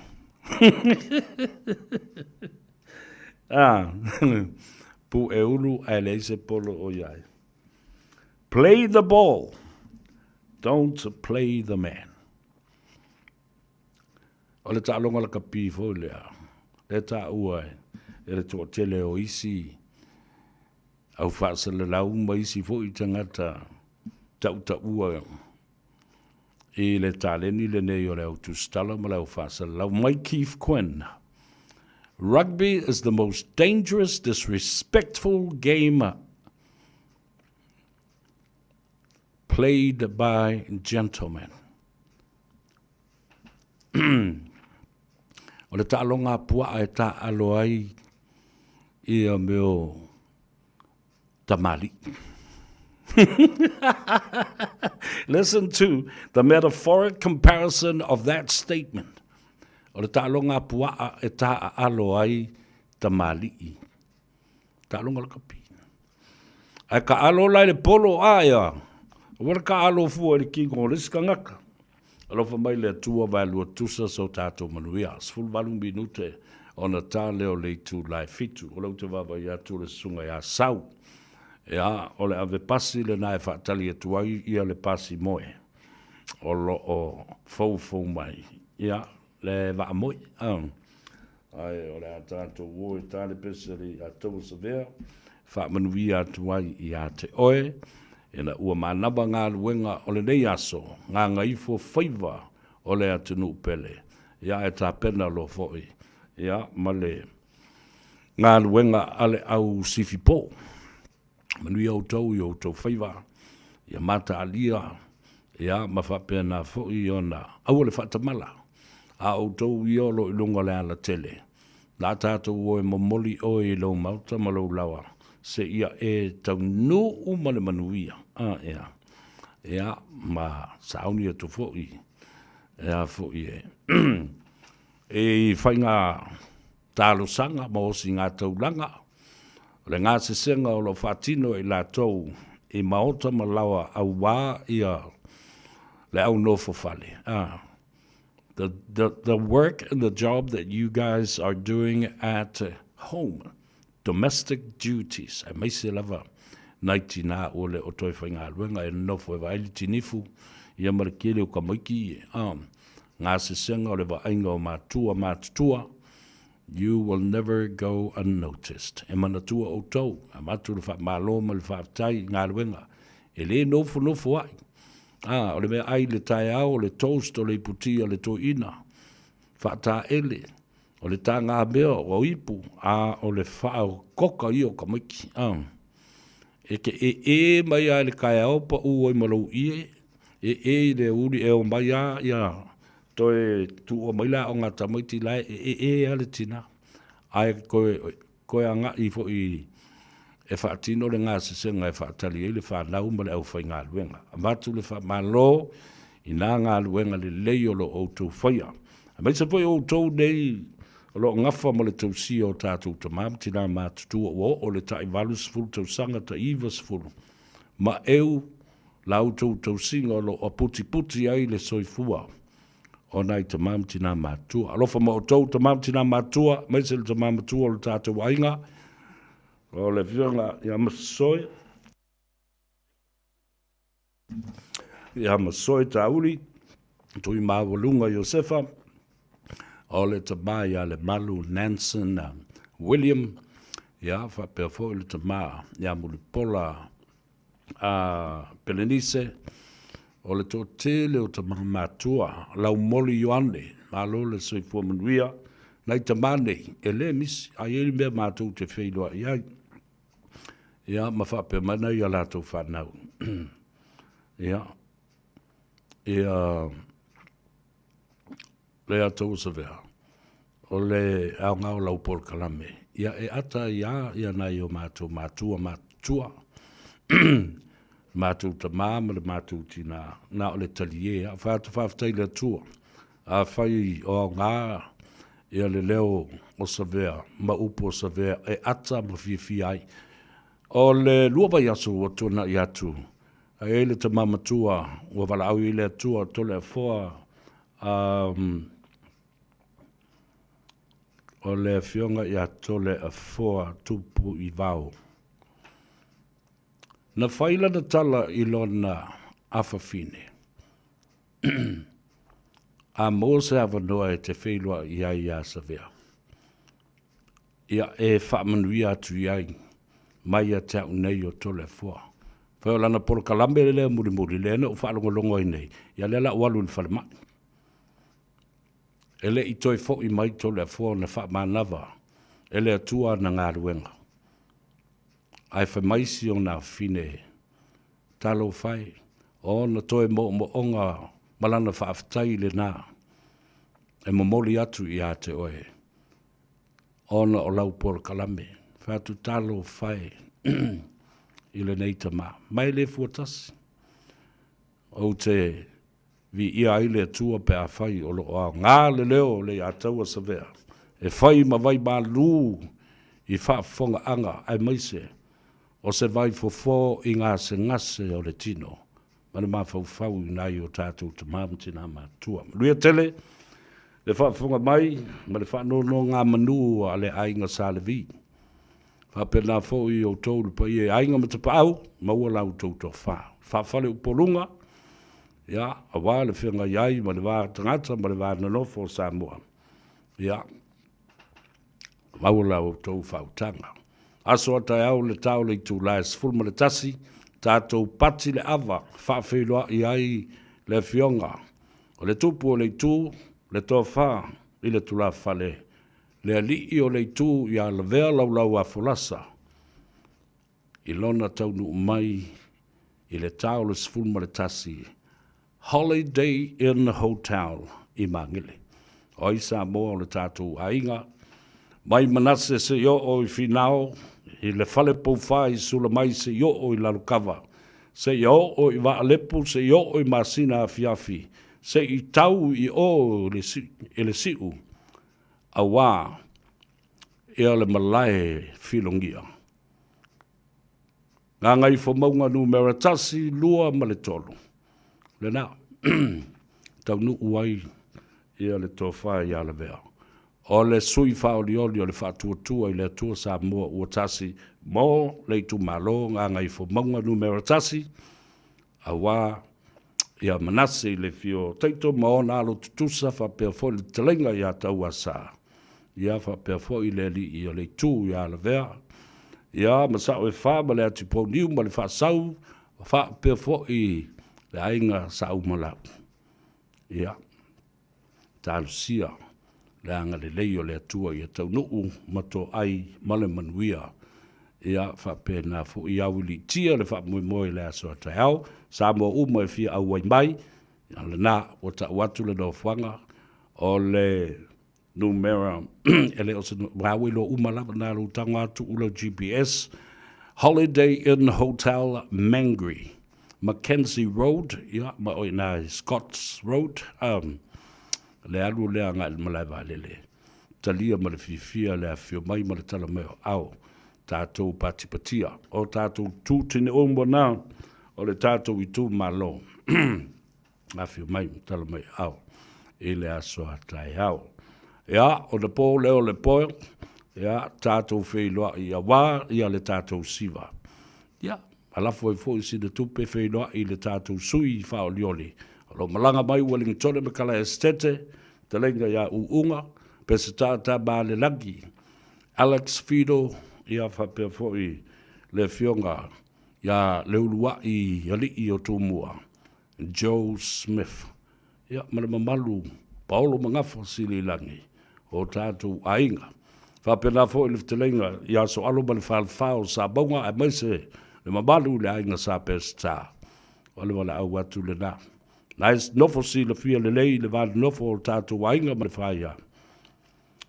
A o, i le mana o le ia le vea i le tu malo. E tuli whaatangata atu la na tuna. A wā, te lenga ia so alo male whaalwhao sa maunga, male ainga sa pes tā. Le tuna le nā. E pei o le tama le tā le nā le sāvali a le fionga. E le pātū. Le nā o lo te mo e mai fo i le tātou i tu malo vai maunga le lua. Tama le tā Taimang Jensen. I o le tala le bale whaalualo, whafoi mai se upo le ataua. Ia te au nei. Ia manuia tele le dei a whiawhetu au tau. I se tasi o pese alei a tau sa vea. Ia, ua whātua whātua i a te oena. Ua tuta le sā o le taba mai le a inga i le tai. Ia, anga le leile atua alofa tele mo oe. Whenua i le whātawhiti le asoa tai au. Soifua ma ia manuia.